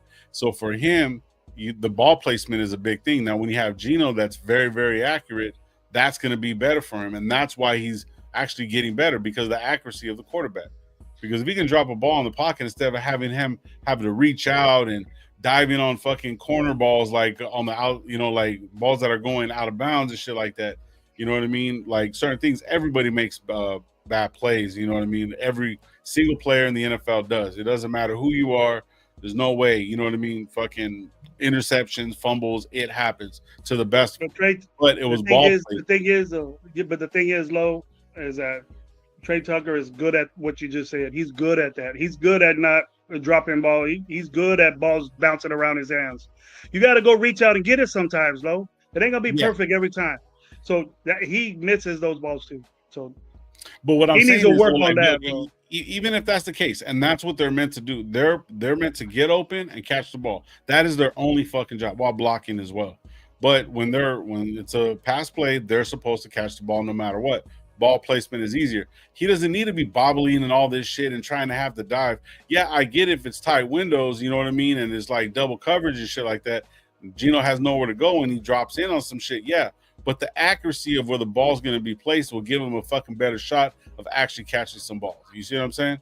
So like even one of the touchdowns that he caught in for the Chargers, he had to fucking hustle up and go catch that ball because that ball was overthrown, and then he had to tap his feet down, and then you know what I mean. So it's like in the back of the end zone. So you're gonna make those contested catches, but if he's the wide open type shit, you know what I mean, and Gino could get him the ball at right times, it's only going to be better for him. It's consistency, but also it's that accuracy that changes everything. If Tom Brady wasn't accurate, he wouldn't have no fucking Super Bowls. So accuracy is a big thing. So, and that's going to be better for everybody. I think what you're referring to is like the quarterback throwing them open and just doing the receiver just doing what he do, just having the confidence in that I could get to that ball because just having the confidence that this quarterback is going to throw me open. He's going to I'm gonna be able to get there. You know what I mean? Like, and I get that part. It's just sometimes though when you're playing with consistently bad quarterbacks, it's kind of hard to get that confidence without, I think, the reps, which I think that's why it's important for fucking. I love the fact that that early in camp we're tearing up that Gino's. It seems that he's having a good connection with a lot of these, like because you hear that he's having a good connection with Jacoby and a good connection with fucking Thornton and a good connection with Tucker, but I just keep referring back to like that's great to hear because like and. Don't get me wrong, like we need that for our offense. Our offense has been trash. You know what I mean? Like it was like historically bad last year. You know what I mean? In a lot of categories, quarterback, running back, offensive line. Like our two bright spots were Bowers and fucking and Jacoby. I mean, those were our two biggest bright spots on offense. You know what I mean? Which because those I think they're too heck of a player. They're too good of players to where I think they were gonna ball. You know what I mean? Which like I think that's why this year that I think they're even more dangerous than. I think that's why I think we're finally gonna get to see Jacoby, kind of get recognized as maybe being a legitimate number one. Maybe not a top end number one, but we're finally gonna get to see like Jacoby, gotta get a little respect for being a number one because he's finally gonna play with a good, a decent quarterback even. I know some people might not want to give Gino a lot of props because I was one of those at the beginning. Like, but the fact of the matter is that this is the fact is that this is the best quarterback he's probably played with in his career. Jacoby Myers. So I think it's like with all of that said, that always gets me back to does that just all of this good shit with Gino sounds good, but does that just mean our DBs are not good? Because we've been talking about that all offseason. That was probably going to be our weakest, like our sore spot, where we got a physical defense. It looks promising to be, that we're going to be a lot better in the run department, stopping the run and all that shit. But it's just all of these players have had a history of being like one type of dimensional type players where a lot of them are stopping the run. A lot of the guys on this defense are stopping the run, are predicated on stopping the run, which that could be a big reason why, Gino's, kind of balling out right now too, because our DBs are just not up to par right now, bro. Like, because they've been that all their career. Like, now are we asking them? I trust in Pete just as much as the next guy, but at some point we got to be like, we also got to have guys that have at least done it before in their career. You know what I mean? Out there and actually been good in coverage. We got a bunch of guys who can stop the run, have been great at that in their career, but just not one guy stands out as, damn, that could be a lockdown dude. That guy could be a guy that could go out there and just lock down a guy. You know what I mean? Not one. Maybe Devin White. At the most, Devin White. I think that's probably the closest that we've had. That probably a guy, but he's far removed. But back when he was Devin White. Back when he was Devin White. Hey, hold on real quick, man. Shout out Nana. What's up, y'all? We'll be chopping it up in the live, but today is my wife's birthday. born day. All right. Because I love the channel, love the panel, man. Salute to Miss Night Owl, bro. Night Owl, have a good time with your wife, man. Happy Appreciate birthday. it. Yeah, happy birthday. Mrs. Happy birthday Al. Happy from us birthday, and Mrs. Al. all the 69 people in the building. Hey, fuck. Before that, bro, you were saying about shit. I'm sorry, bro. I had it fucking around the tip of my head. Still half asleep. When you get that, you know what would make me forget about this? A secondary, bro. The rumor mill. Go ahead, Lo. Before you. Yeah, no, that's what you're talking about. The secondary. Now the thing is, though, even though like we did score on them, which is good and everything like that, it wasn't like blown coverage. It wasn't like these guys were all on them. It was the ball placement. Because man, Bowers, when he caught that first touchdown, man, that shit was a fucking rocket. And it was only. I'm not saying. Yeah, because I'm not saying because I didn't even watch a lot of it. Like I've seen a lot of clips, which I can't be. That's why I'm not gonna go out there on a limb and be like, damn, or I'm just saying to what we've been talking about, and to kind of like as far as like, because that's all we can kind of like comment on, like our first major practice, right? Like our first mock game, right? That was a mock game yesterday, which them first mock game, our offense tore up our defense. Basically, that's kind of the word. Like that, but like you said, like they there was not blown coverages or anything like that, because I think we are going to have a well-coached team. Well, I think that says to that. I mean, that does say to. I think we kind of been on the money with kind of that. Like I think we're going to be a well-coached team, but some of these guys' shortcomings are just in that department to where they're just not that great in coverage or whatever. To where like it just kind of that game yesterday or whatever it was yesterday, that practice or whatever, just kind of has played into our narrative of we need help at DB still. You know what I mean? Like it didn't like how we've been talking about in the last couple of shows. It didn't make me feel better about my hope about our DBs. You know what I mean? That practice, coming out of that practice yesterday, didn't make me feel better about my hope about our DBs. That's all I'm saying. Especially with the injury, and especially with the Gino having a great day and all of that stuff. It's just that's all I'm saying. It's just hopefully it comes along better. It's just usually at this time of year, the defense historically around the whole NFL, the defense is usually ahead of the offense at the beginning, and that's the only reason I'm saying like damn, like it is. Hopefully the defense can that was just a bad practice. Hopefully that's just it was a bad practice and a good offensive day. I haven't heard any other coaches said that it was the defensive day today. The defense won the day today.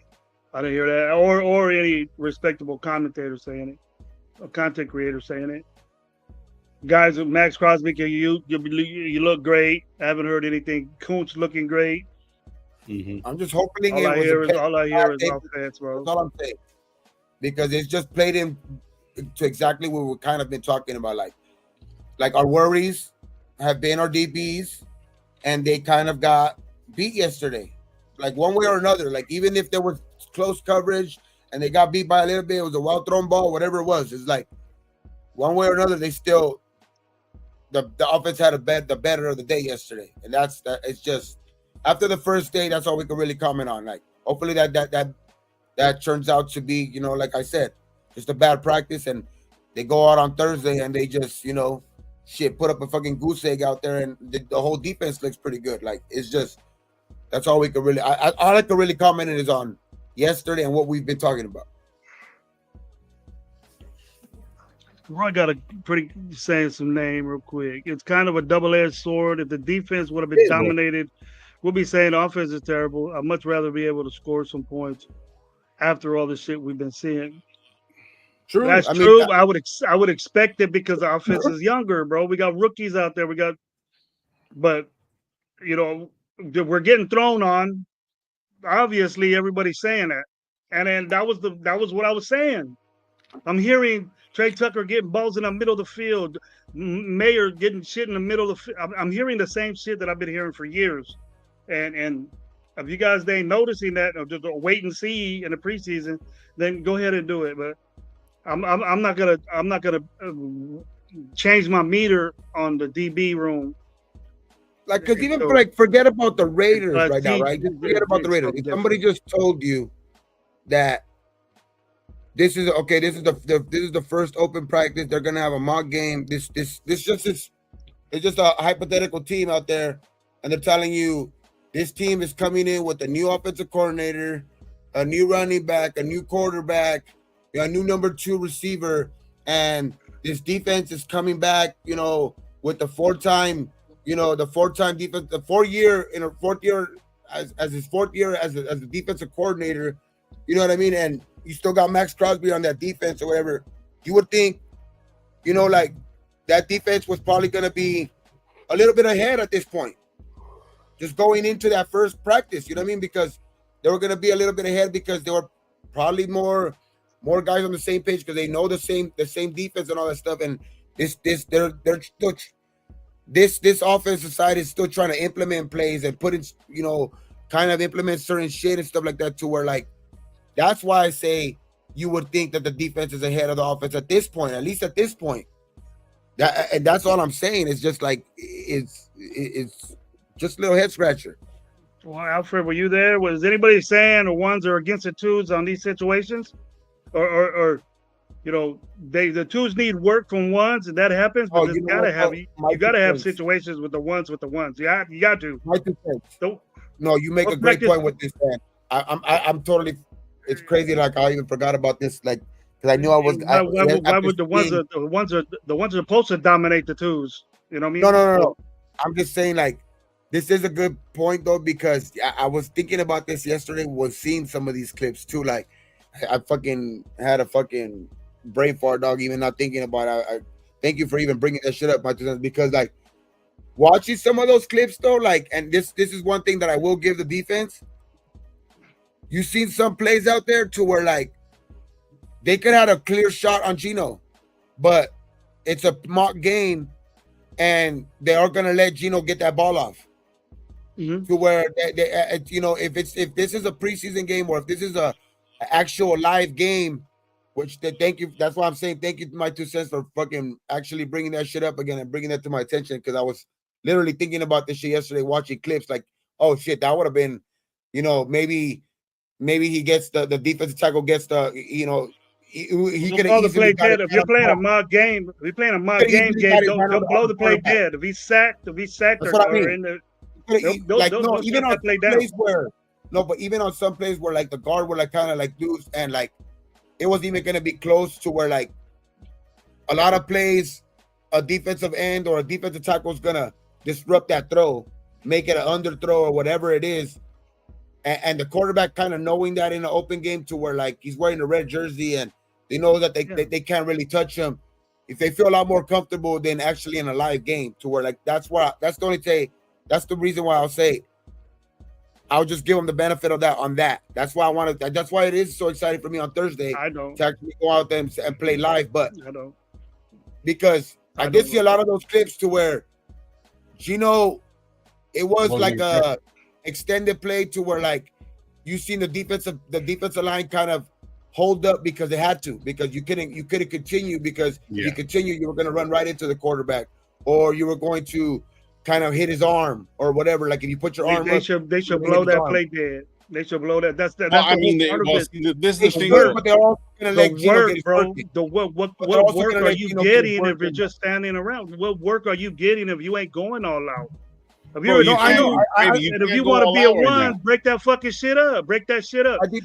You can't. What work would Max Crosby get if he goes to practice and just lollygags around? Even the new rules, they'll stop that play. They won't let Gino throw. They'll say it's a fucking sack, and then offensive guys will get all pissed off and wonder why. What work are you getting on 11 on 11s if you can't blow a play dead because he's gonna get sacked or he's in a position to get sacked? Don't blow that play dead. They're not gonna let him throw the ball. If it was up to me, I would want them to go live. I mean, obviously, but then again, too, it's like it's another double-edged sword question, because you go 100% and it is football.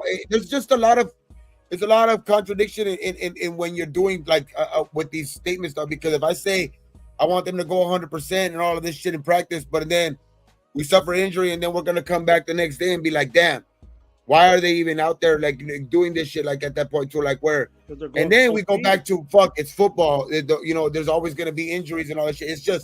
It just goes back and forward with the arguments to where like I just think that like especially with the new rules in football and all that shit, especially with the practice rules with all the hitting type of shit that you could only have a certain amount of time with actual live hitting with pads on and shit like that, like because of all the safety issues. It's like it's hours, bro. It's hours for hitting now. But that's what I mean. Like that's why. And we've all been there when we played football ourselves, to where like it gets. That's one of the reasons why fucking Max had to be fucking kind of yelled at by fucking John Gruden in his first couple of years, right? To where like they just, the defensive player obviously is always gonna want to go 100%, hit the quarterback and do all this, but and then you question the offense. Oh, we've been treated since fucking junior high football. If Max Crosby's doing that, you cannot hit the quarterback in practice, and that's don't why hit the quarterback. But that tackle can still block you. But that tackle can still block you. I've seen a lot of those completions yesterday, to where the defensive line would have had. It would have been a different story if it was alive. If it was just live, real live football out there. Yeah, there was a play where Gino got blown up by Jalen Smith on a fucking what was it, trap play when the linebacker comes from the outside to the inside after they opened it up, and then he ended up I think scoring a touchdown with that pass. So I even seen Tyree kind of blow up one of the guards inside, and instead of putting his hands up, because he would have had a clear hit on Gino, he kind of just went to the side, avoided Gino instead, and didn't even put his hands in the way of the throw. Yeah, exactly. Didn't even put his hands in the way of the throw, which that's what I'm saying. In a live game, that's totally different. He's, even if he doesn't get to hit Gino right there, he's at least putting his hands up and not and trying to get in the way of the throwing lane, to where like that's what I was seeing. Like I seen some clips to where like you're letting them get some work, especially the in the trenches, but you're also letting Gino get off when he needs to get off, like, to work on that offense. Yeah, you don't want the team to start fucking lighting each other up. I get it, welcome to the NFL moments, but that's what these fucking, what I mean, the preseasons are game look for.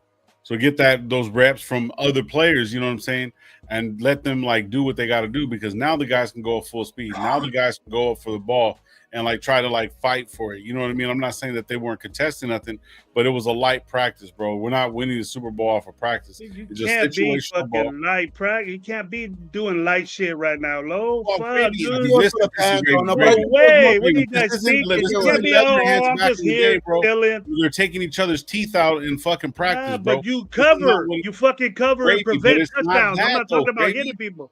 Gravy, it's not that. It's not. Bad. You're not supposed to hit the quarterback. The fuck it. They call the play dead. Then you know what? Okay, then you go get fined by the NFL for them lighting each other up. Like, bro, like I'm not talking about the defensive line, bro. They stopped the play if he's sacked. Okay, why? Regardless of whatever, it's over. I'm not going to argue about something that we don't control over. No, what we're saying is, why are these DBs letting this shit happen? Why are these DBs? But the DBs are just letting them get open. That I will agree with. Coverage. That I will agree with. Fuck that. I will agree with that. Oh, it's a light practice, so. It's for that the doesn't fans make me shit. Nah, you got to get work in and fucking do your shit. No wonder we're getting fucked up. Full head of steam. Take each other out. But that's what I'm saying. I will at least defend the fucking passer and contest it. We're getting blown up in the secondary. That's what I agree with. So you think our secondary is all right? You think we think EDS good that we're getting with touchdown everywhere? And you like that? No, I don't like that. I don't like that at all, because the DBs, I still agree with. We still need help at the DB position. I just think that we also are going to have a lot more pressure inside. I think two things could be true, to where like I think the inside is still going to help out our DBs to a certain point, but I think our DB room can still get better. That's why I'm saying two things can be true. Like I think that our defense is going to still look better than what we did yesterday, but because I think that they're still trying to work in Gino to. The rhythm of the thing and get his work off. Like he still needs to build a lot of chemistry with these receivers. Because like we were talking about, this is a first year offense. This is his first year in this You know what I mean, with Chip and all of these guys. You know, first year receiver, first year, you know, first year number 2 receiver, first year, you know, running back, and all of that shit. So I just think it's letting him get his work. I think we still need to get better at DBs, but I think our defensive line and some of those clips does look like. I'm not worried. That's why I'm still saying, like, that's why last week I was like, I wasn't worried too much about the loss of, like, I know Wilkins was a big time player, but we didn't see it. We didn't see the Wilkins that was in Miami anyway. So that's why I wasn't big on that loss. Like, you know what I mean? Like, because I don't think we're going to be, that's going to be our weak spot. I think our defensive line is still going to be really good if they stay healthy. That's why yesterday we will get pressure, but how much pressure can we get? Can we get consistent pressure? Because our DBs will struggle at times. I mean, we're struggling now, Gabe. At an important time, we're struggling now, and so we owe all this. Oh man, this is what practice is for. You get your shit together, right? You try and shit out first. This game coming Thursday. You try and shit out. Okay. After that, bro, the ones that need to be in there, the ones that are standing out a little bit, you're playing in the second game. But that's what I'm saying. I'll judge them more and more. You're starting to weed these motherfuckers out now, bro. You're starting to weed them out now. I'll judge them more on this preseason game than I would on. That's why I'm just saying I would judge them more, wait and judge them more on their preseason game than on their first open practice, because I just think that there's no way that. I just think Gino already knows going into that practice too. I'm not gonna get hit. I'm gonna be able to get off any throw that I want. You know what I mean? Because I'm gonna have a red jersey and all this shit. So he's gonna feel comfortable with any throw that he's making. You know what I mean? So it's like to where if it's actual live football, which that's what Thursday will be, these quarterbacks are not gonna feel so comfortable. You know what I mean? So that's why I think I'll wait till Thursday to have a little bit, at least a little bit better of a judgment on the way our DB started. I'm not talking about Gino. No, I'm not talking about Gino. I'm talking about our DBs. I'm talking about because Gino was able to also. That's what I'm saying. Gino was able to have a great day because when you're going into a practice and you know you're not going to get hit. You know, in practice you're wearing the red jersey. You know you're going to be able to get every single throw. You're going to feel comfortable.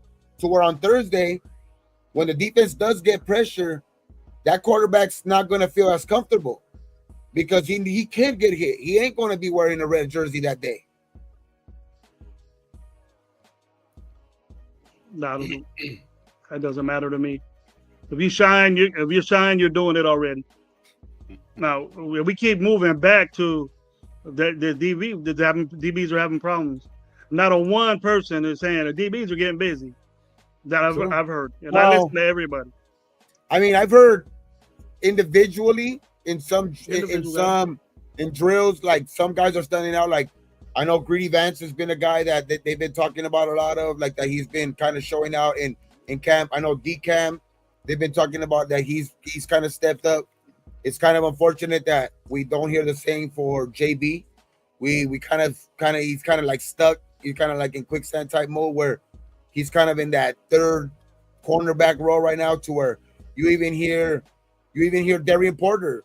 You know what I mean? With having flashes out there of, I know he struggles sometimes, but like there's also days where he goes out there and you hear a lot of good shit about Darian Porter. It's just, I think getting him out there in a live situation. I want to see them on Thursday.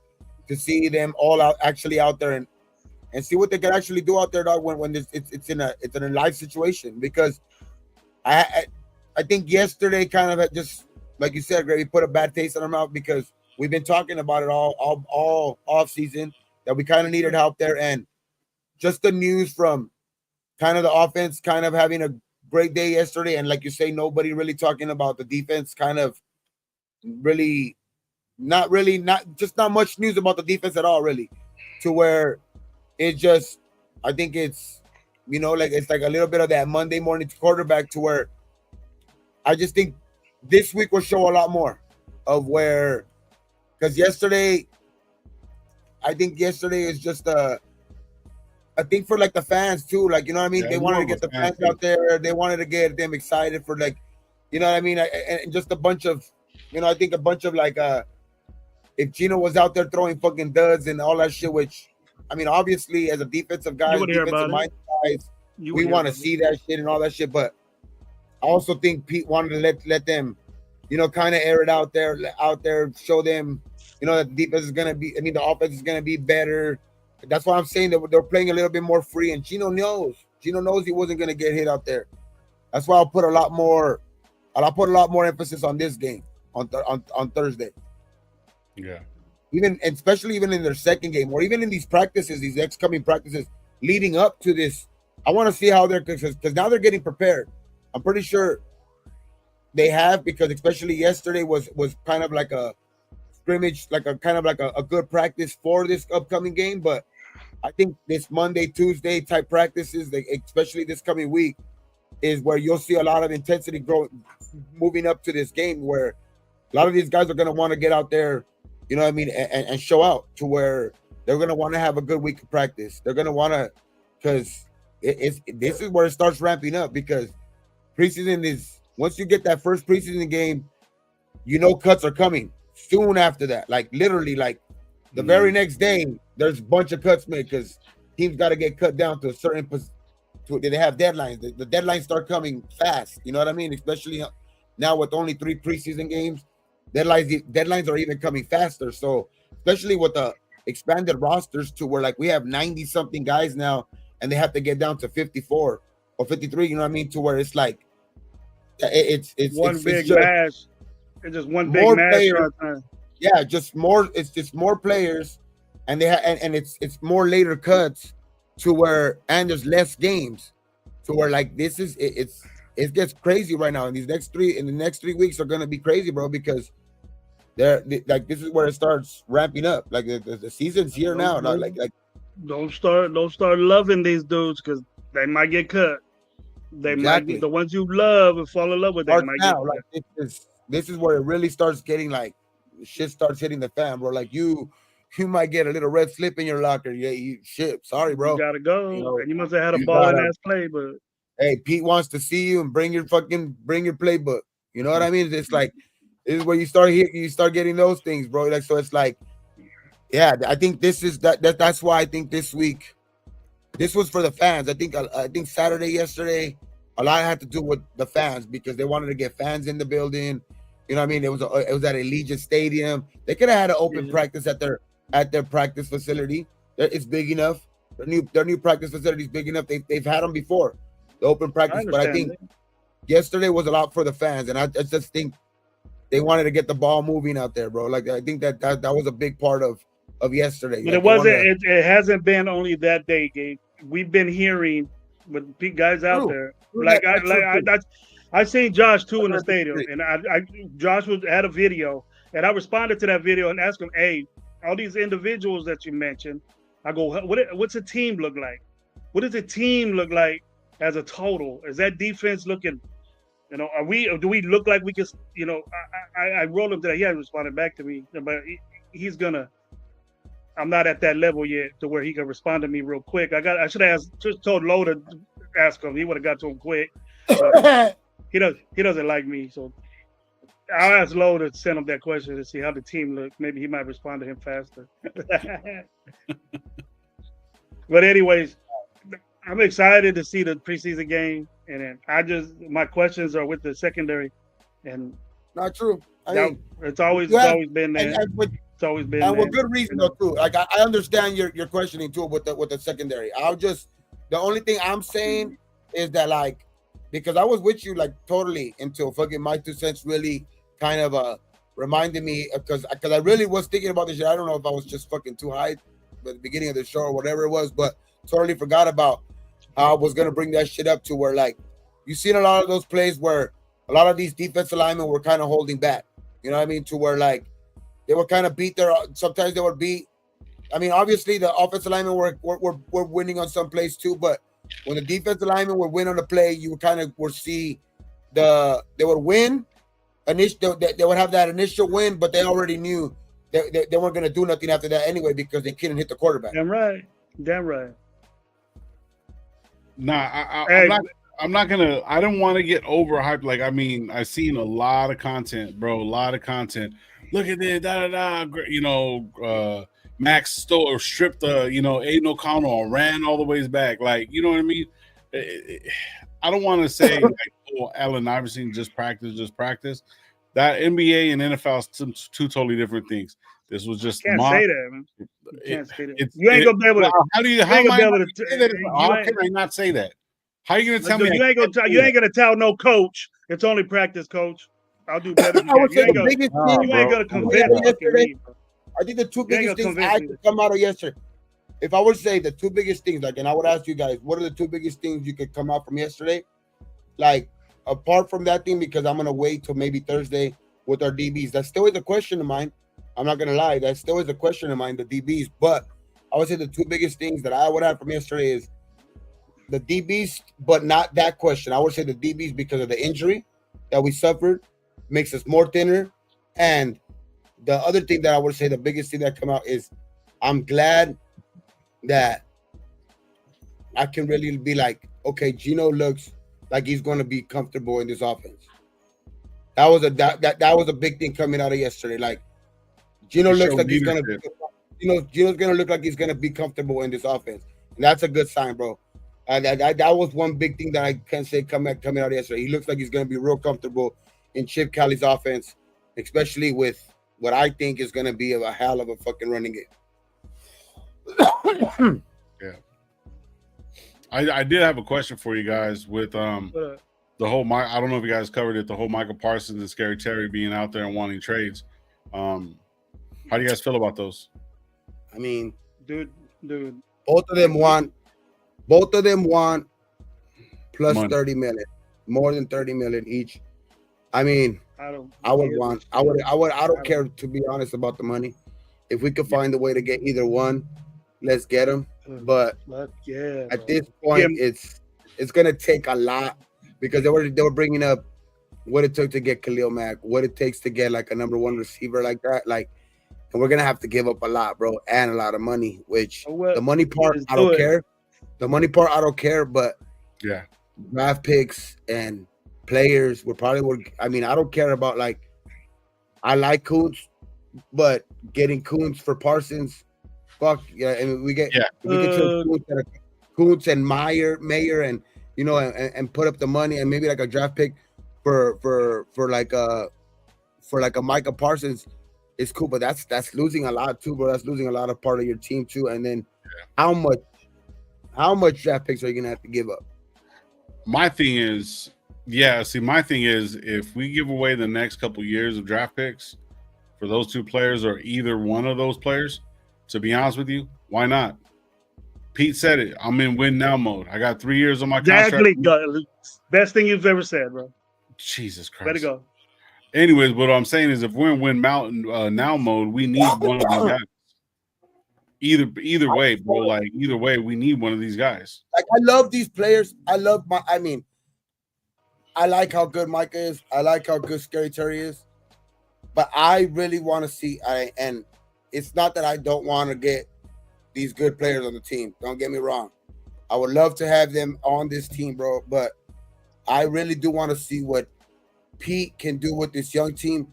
And then in this next offseason, we're going to be better equipped to get one of these fucking free agents. Because I think right now Micah is, because it always, when a guy fucking starts talking about demanding the trade, I don't think he's going to be like, and Jerry already talked about he's not even going to entertain that shit. Yeah. I don't think this year won't be a year where he gets traded anyway, to where, like, you'll probably have to, like, really overpay if you try to go get him now, because he barely made that trade request, to where his probably value right now to go out and get him, because he made that, a team will probably go out and actually overpay, to where I think if you let this linger and you keep letting that bad blood build up in Dallas, I don't think it's going to get any better. And we're going to have a lot of money last year. I think we have a really legitimate chance of getting that next year, to where we'll see if we even need that type of player. Where, so I think right now, the development of these young kids, I think it's going to be crucial to where, if we're going to be good, because we've gotten these good players before in free agency. Like, we've gotten some good players before in free agency, but what we've been avoid of is actually drafting these young guys consistently, and a coach to be around and actually kind of like get them through there, like getting them through that, and then adding the pieces that we need, not just because like they're out there and they just demanded a trade and we want to go out and get them. Obviously, like I would love to have these guys because they're Right. ballers, but I They're just think we have game probably a better. I think we have a better chance to actually go get them when they maybe they hit free agents, because Micah probably might be a free agent next year. We don't have to give up shit, but actually a bag. Well, we only have to give up a bag next year. Yeah, you know what I mean, and not and we have the Give 'em money. a bag either way. I'll tell you this: I wouldn't be bitching No, about the exactly. secondary. I wouldn't be bitching about the secondary. I'm gonna bitch about the linebackers. I'll be bitching about nothing if Michael Parsons was on our team. yeah. I would say we're gonna have a bad fucking defense. But see, there's That eliminate I our just- linebacker shit. That eliminate our fucking defensive end problems, and then fucking probably inside too, because he plays everywhere. That fucker Yeah. can probably play safety. He can probably play safety, and we don't want to give. I don't We think- don't want to give. But him the nothing. thing is that I don't think Parsons, they're not gonna make him available right now. He will not. They He'll don't. play That's- another that's- year yeah, in Cowboys. I think he'll still play another year. It's great for him wanting out of Dallas, because, and that's why I'm saying I think it's a real legitimate chance to where we might have a good chance of actual better chance of getting him next year. I know right now it's the fucking the thing to say right now, because he just asked for that trade right now, but even Jerry Jones just came out and said yesterday that he's not even going to entertain that shit. I think I mean, to where, like, he's an upper hand of that. But see, check Exactly. this out. There's a lot of good points here, right? The one I want to take right here is Steve DeLuny says the NFL will probably screw us over Wilkins, so they'll put us over the cap because of that shit, right? Also, Raider P says right here, how are we not in position? Doesn't matter the timing. It's a win now league. Rams bought a Super Bowl. Before that, Tampa bought one. So it's like, you know what I mean? Yeah, Fuck it. but Like, I don't we're mind gonna buying. go I don't in, mind go in. buying a Super Bowl. I don't mind trying to go buy a Super Bowl, but like I don't think right now we're even in the position to go try to buy a Super Bowl. We can go out and get Micah, but I still don't think that puts us as one of even the favorites to win the Super Bowl. We'll win What would be way better? more games with Micah. What would be We'll win more better, games and will with we win more games and probably have even a chance at the division? Yeah, but Yeah. I still think that like if we'll get ourselves a better legitimate chance if we out there, like if we actually go out there and Pete is what we want him to be, and he gets these young guys actually really good, and Genty gets off to a fast start, and then we're projected, if we get this money back from fucking Wilkins, we're gonna have more than $200 million next year. So we could go out and get both of these guys if they both become free agents. Yeah. Get them now. We're not gonna get a don't have Micah to give Parsons up. or we're not gonna get we're not gonna get Parsons or McLaren in the draft within 2 years, anyways. Nah. If we get Micah, that'll probably be. I wouldn't give up the picks like they were, like Jonathan was saying. Or who was saying it? I think it was it Jonathan? Let's see. I just think that it makes us more Somebody said- intriguing. I think it makes us a more intriguing team, and we'll get guys over here more easy if that's what plays out. If we actually go out there and Better room. with the What's team up? that we have right now, Good, bro. because I don't think we have to do a lot of shit right now to go out and try to make a move like that and try to go out and get a Mike or a Scary Terry. So where Scary like, Terry's gonna get picked up by somebody. that would feel cool to have them on our team, but how many guys will we have to get, like, you know, probably be future draft picks, probably players that we have on the team right now, you know what I mean, probably a guy like Coons or something like, or somebody like that to along those lines, to where we'll have to have some traction, and we're gonna, and to where if we go out there and ball out and we show growth with this team, and we are a team that, because as it stands right now, they're already, you know, there's a lot of people out there saying that we might be one of the most improved teams, to where if we actually go out there and do that, I think we'll have an easier possibility of getting these free agents to come in here without having to go overpay every fucking year. Because that's the main thing. Like, we're always having to go overpay, being the team that has to bid the most, the actual most, to actually get them to come over here. Right. Because if you have a winning culture, they come over here, or you gotta actually, like, because you already know that Pete has that background of being a good coach, to where, like, if he shows free agents out there that he's actually doing this again here, bro, like I think that especially with that money he's gonna have available to him next year, I think that it's just it's smarter move not to do it. It's a smarter move because we have to give up a lot right now to go try to go get one of those guys. Yeah. I'm not saying I wouldn't want them, and I keep going back to that. I'm not saying I wouldn't want one of those, but we have to give up a lot to where we might not have to give up nothing next year and get one of those type of guys on our team. Yeah. I'll take him in a minute. I'll trade whatever for Micah. I would take Micah over Terry at the moment. Oh, hell yeah. Oh, hell yeah. You imagine, bro? You imagine that shit? Damn. Yeah. We're saying, nice. It just makes me feel how much I think it Kuntz, right? Fuck, you get a guy like that, bro. Oh, my God. We'll be nasty, bro. Thing is, though, I wouldn't even give a shit. Wilkins was gone. I was like, who the hell is this? Lalu, get in there, kick ass. I don't give a fuck. Let's go. I don't know, man. Just those two alone, bro, will make that secondary top five right off the bat. Right off the bat, that secondary will be top five. But that's us saying because I think because of Kuntz's injury last year. But like if Kuntz goes out there and balls out, though, that's a totally different story. Yeah. That's like. Because you go out there and you have Kuntz ball out, then you're not in need of a Micah Parsons much. Not in need of a Parsons, yeah, but we got Kuntz. Well, wait, that's Micah Parsons, bro. Every year. I get you, but that's what I mean. Year, like, bro. 12 fucking sacks a year. I actually want to see what Kuntz could actually do, which I haven't been big time on that, but like he's shown that he can ball out. Or he can have like when he had an 8-game stretch, like he was equivalent to probably one of the better pass rushers in that 8 game. He was like one of the better pass rushers in that 8-game span in the league because you don't get 8 sacks in 8 games, bro. Like not every player could get 8 games and 8 sacks. That's like a shit. In those 8 games, he probably played an equivalent to the best 8 games that probably any of these fucking defensive ends have had in their career, like in their stretch of their career, because you get 8 sacks in 8 games, bro. Like that puts you on a trajectory to have a fucking sack a game. That's the end of the year, you're gonna have 17 sacks. Nobody won here. Nobody won here. I just want to see if Kuntz can do that, bro. Like we only have him on a 1-year deal anyway. He might be gone anyway. That game's gonna be that money. That's what I'm saying. Where we might be in a position next year to we do go all out for a fucking a Micah Parsons. Yeah.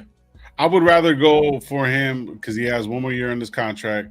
Depending on who picks him up, you know what I mean? He's going to want that big-ass bag.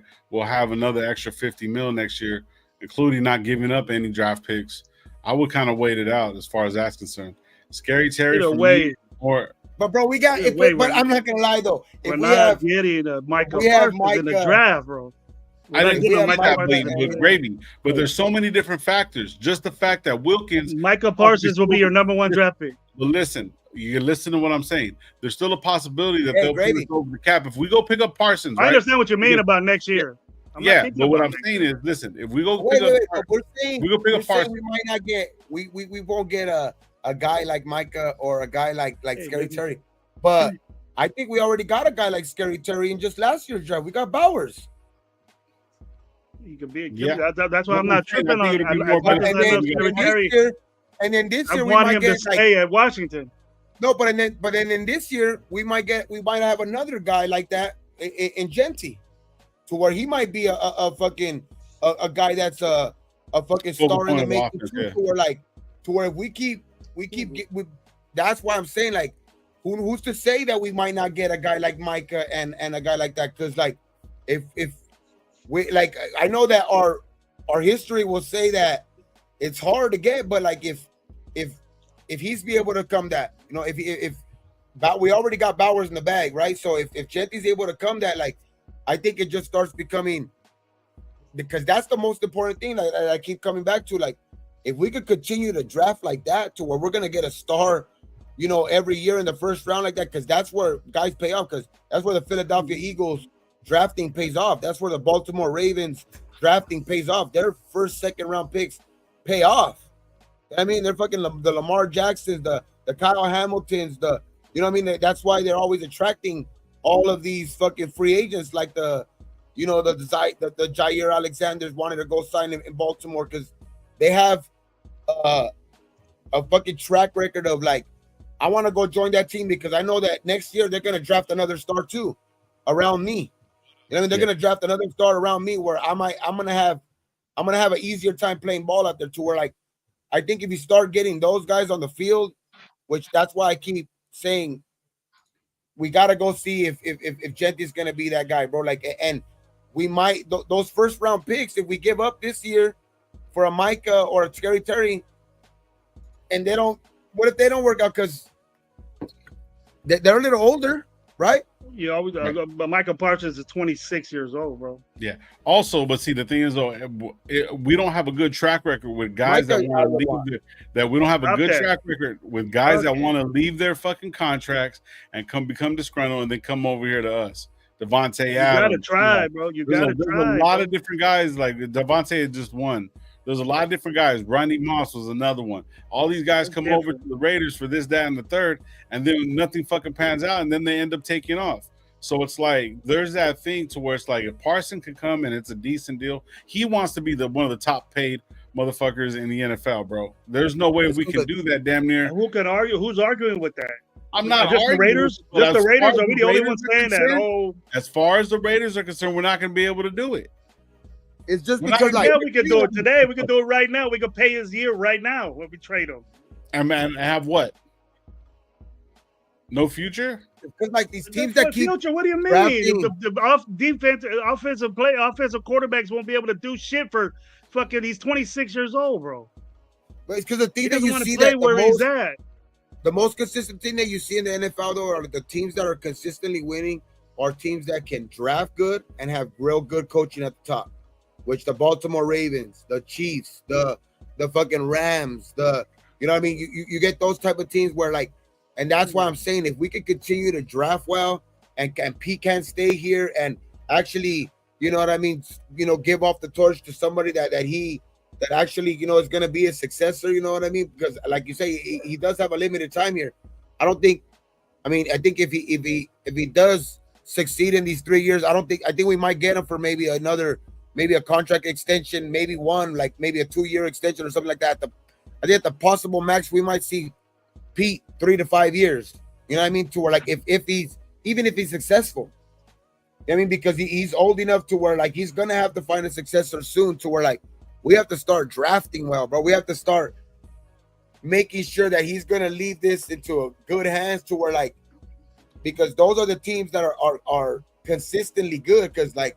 Yeah, I want to go out and have the best players, but those are not always the teams win that much, bro. Like, there's a lot of teams that go out and, you know, and we're one of them that pay these free agents time after time, and they say they're trying to buy a championship, and like, I think the only one that have kind of like made that true is the Rams, but you've seen the Rams are also. They might have spent that money then, but they also had in place really good coaching, a really good quarterback, and they've drafted well over the years. To where regardless if they went out and spend money that offseason and went to go get Matthew Stafford, they were one piece away because they also had already drafted good. They also had already transitioned to a coach that was innovative and just was. And you already seen what he's become. Fucking Sean McVay is one of the better coaches in this league. You know what I mean? Like, and that's why I say those teams. I would say those are the consistently good teams around the league. The well coached, well fucking drafted, and have a good quarterback in place. So like it's like that's why these teams are good right now. And I think we're on a good start with Pete. And then moving over to Gino, but now it's like consistently going to draft these good players, and I think we're gonna get the Micahs, we're gonna get like these Scary Terrys already on our team, to where they, you know, I think that's where like that's why I'm scared to give up these draft picks because I think we're gonna start drafting well. Like I think we are coming from drafting well. Pete does have a good track record of that, bro. He's made all pro after all pro. The Richard Sherman, Jamal Adams, the you know, we got Cam Chancellors, they got Michael Bennett, they got a bunch of dudes that he's under him have become all pros or just great players, bro. He's won Super Bowls. He's, consistently in the playoffs. You don't got that defensively, Gabe. Let's get it, and then we can do exactly. that. But how did Pete get those guys? He didn't go out and go get them in free agency. He went out and drafted picks. Cam Chancellor was a high pick. Them. And I think that's what he needs to do here. Before he had years to do that, though. He was in his 50s then. He had time to do that, bro. He doesn't have a lot of. I'll tell you this. We've had that approach before. Of those the players that develop and become good, unless they're the rookies this year, he ain't gonna be in the league until he's seen these guys boss him. I just think that we've already tried that approach. He gonna be at home chilling on his couch when he sees Tonka Hemingway become a starter. We've tried time after time that approach of trying to go out and get this free agent, trying to go out and get fucking Devontae Adams, trying to go out and get Antonio Brown, trying to go out and get these fucking free agents. Hey, we were with that shit until it turned out bad. You know what I mean? Where have we? But exactly, every single one of those situations have turned out bad. So that's why I want to turn the page and try to go out and do it the right way. Let's go out and draft knowing how Jerry Jones has the fucking NFL and everything like that. So if we turn around, trade for him, and we give up number 2 pick, so forth and so forth, Jerry Jones is gonna pull some shit to where it's gonna fucking hit us with that Christian Wilkins shit, pull some fucking strings. Then we're gonna be in the negative, and then he's gonna be like, "All right, fuck you guys." That's where I feel like, even though we're gonna try to make that move, I feel that the NFL will fuck us over one way or another. Even though I know the NFL doesn't like the Raiders, even though they need the Raiders to be fucking relevant moving forward. I didn't even mention Christian Wilkins. That happened last week, dog. That's another fucking guy. Like, we just go out and get these free agents, which I'm not even comparing these free agents to those free agents. I'm not even saying that. I'm just saying that we've tried this approach time and time again, and it don't fucking work. It just puts us later on. It just puts us later on in a worse situation, because that puts us in a tighter salary cap situation. Then that ends up putting us in a bad drafting situation, because we're not even drafting in the first round for 2 years. Yep. And then we're doing this and that, to where it's like we've tried that approach time and time again. And I just think that, like, I'm ready to see if at least Pete can build it the right way. Yeah. Coming from a guy that wanted to get rid of 2 years of fucking draft picks to get fucking Daniels. Yeah, exactly. And from a guy like that. Look at Daniels, though. That's time I've said that, but it's Michael Parsons, bro. But every time I've said that, it's backfired on me every fucking time. And it's like, I want to see if this team could actually fucking do it the right way, which that's the way teams are winning consistently, bro. The Eagles, the Chiefs, the Ravens, the fucking, the Rams, the teams that are consistently in the playoffs. They're drafting good, and they're getting these free agents to come to them at fucking bargain values. Like, who thought Jair Alexander was gonna go to fucking Baltimore for that much money, bro? He said he wanted to get paid. He didn't get paid in fucking Baltimore. Why? Because that's gonna go to they do it right in Baltimore, and he knows he has a good chance to win in Baltimore. Where's all that bullshit that said he wants to come here? That's bullshit. You want to play for the Raiders? That is bullshit. That was, to me, obviously that was bullshit, because that's not something we've established here. We haven't established a winning culture yet. We haven't established that we can consistently draft well. We have established that we could pay these overpriced free agents, and then they just end up leaving for nothing. We have established that time and time again. Terry wants $35 million. I won't pay that. Nah, that's too much. But I'll pay Michael Parsons whatever he wanted. Yeah. I think that we have a better chance of getting Parsons in the future, like, especially when he actually does become available. Because I don't think he really has a chance of coming available anyway this year. But next year and the year following that, where we actually have a good chance, and if Pete can actually do what I think he is going to be able to do, we'll have a real good, legitimate chance to get him and not give up the fucking everything in the kitchen sink. I don't think we're gonna have the chance. If we don't let this chance go, I don't think we won't even see the light of it. I really don't think he's not gonna go nowhere, dude. He's gonna get quarterback money, bro. He's gonna get quarterback money. I think everybody thinks it's a chance right now, but I really don't think there's a chance right now, because I don't think he's gonna get let go. There's no way Micah gets to. I'll put it this way: if he does, will fucking Don't say it. I'll eat some fucking the hottest shit, whatever they fucking is on this live on this channel that fucking day, dog. If Micah Parsons gets traded this fucking year, Jerry Jones will not get rid of Micah Parsons this year, bro. Can't be. It's good enough. Yeah, I just don't think because Dallas hasn't even put anything out as far as what they want for him. There's nothing out, so they might just have him sit on the fucking sidelines.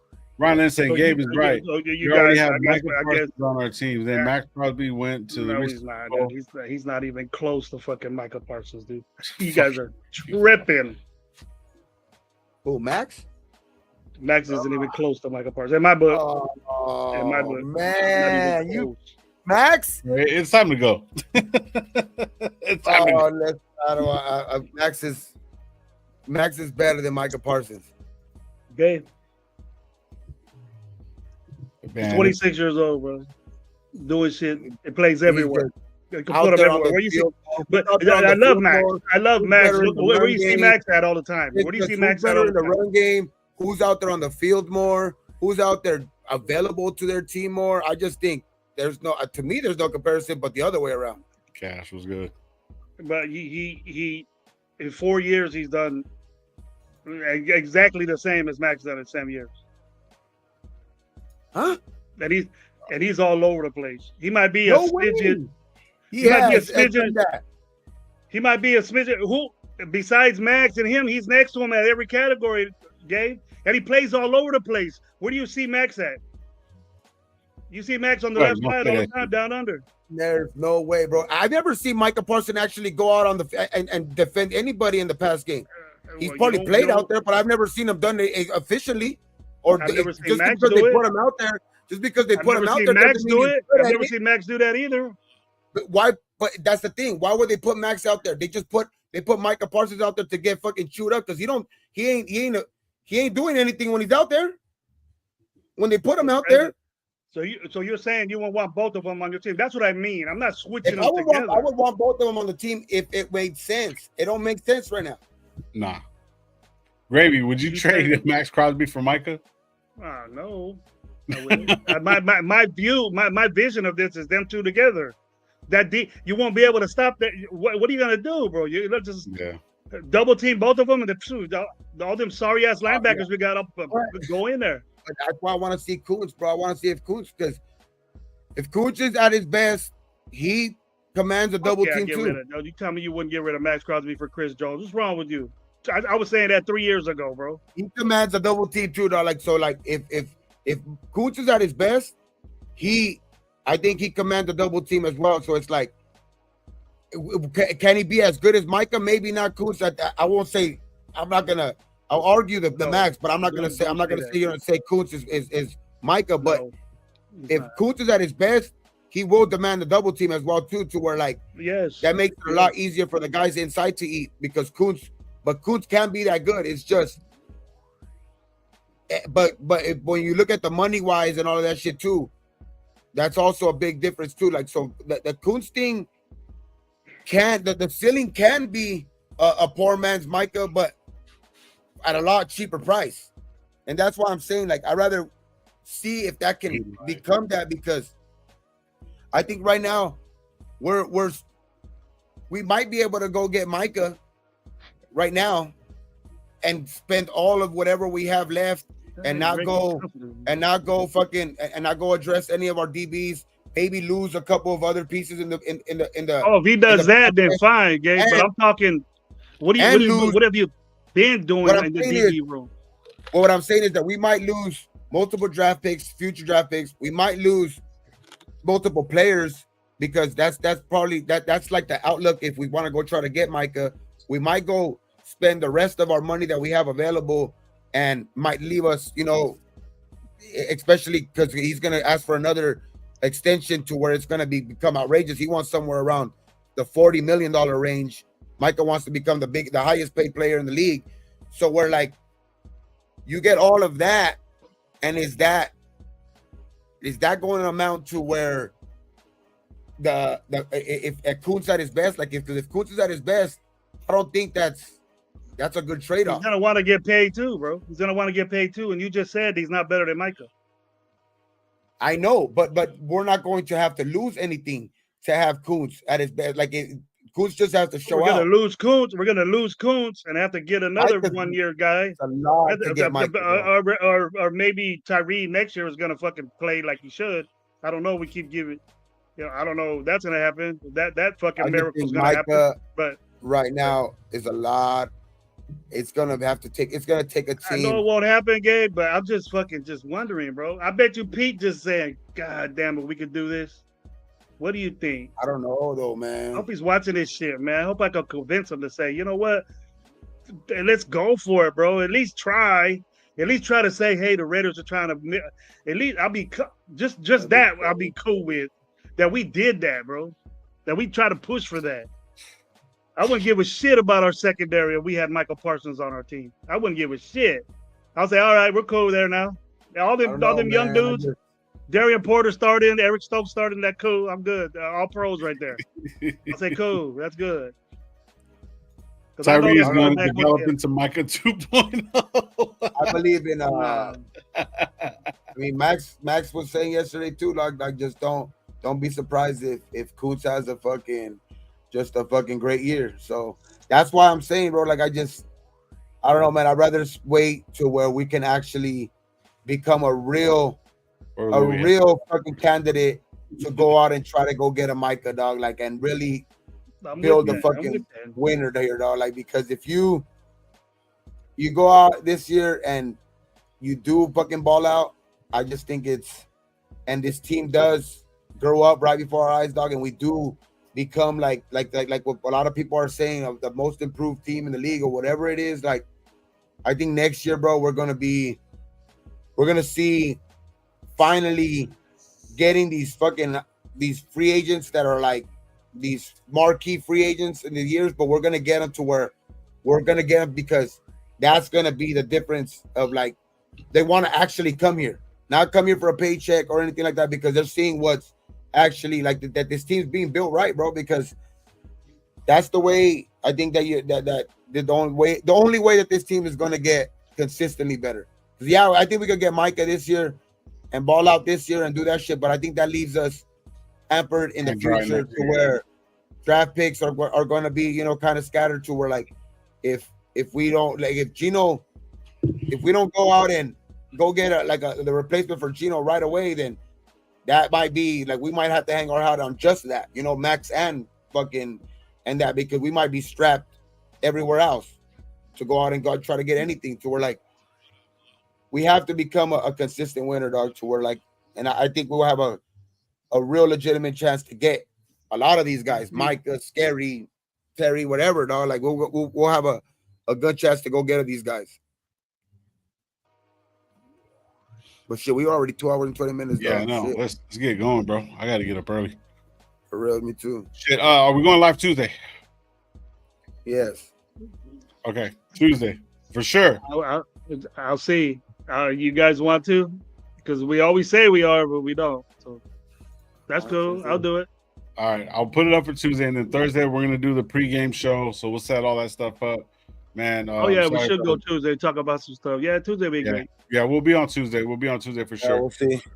Yeah, we appreciate you guys for pulling up, man. We had 70 at one point, man. If you haven't been here before, go to like, comment, and subscribe. Appreciate you guys.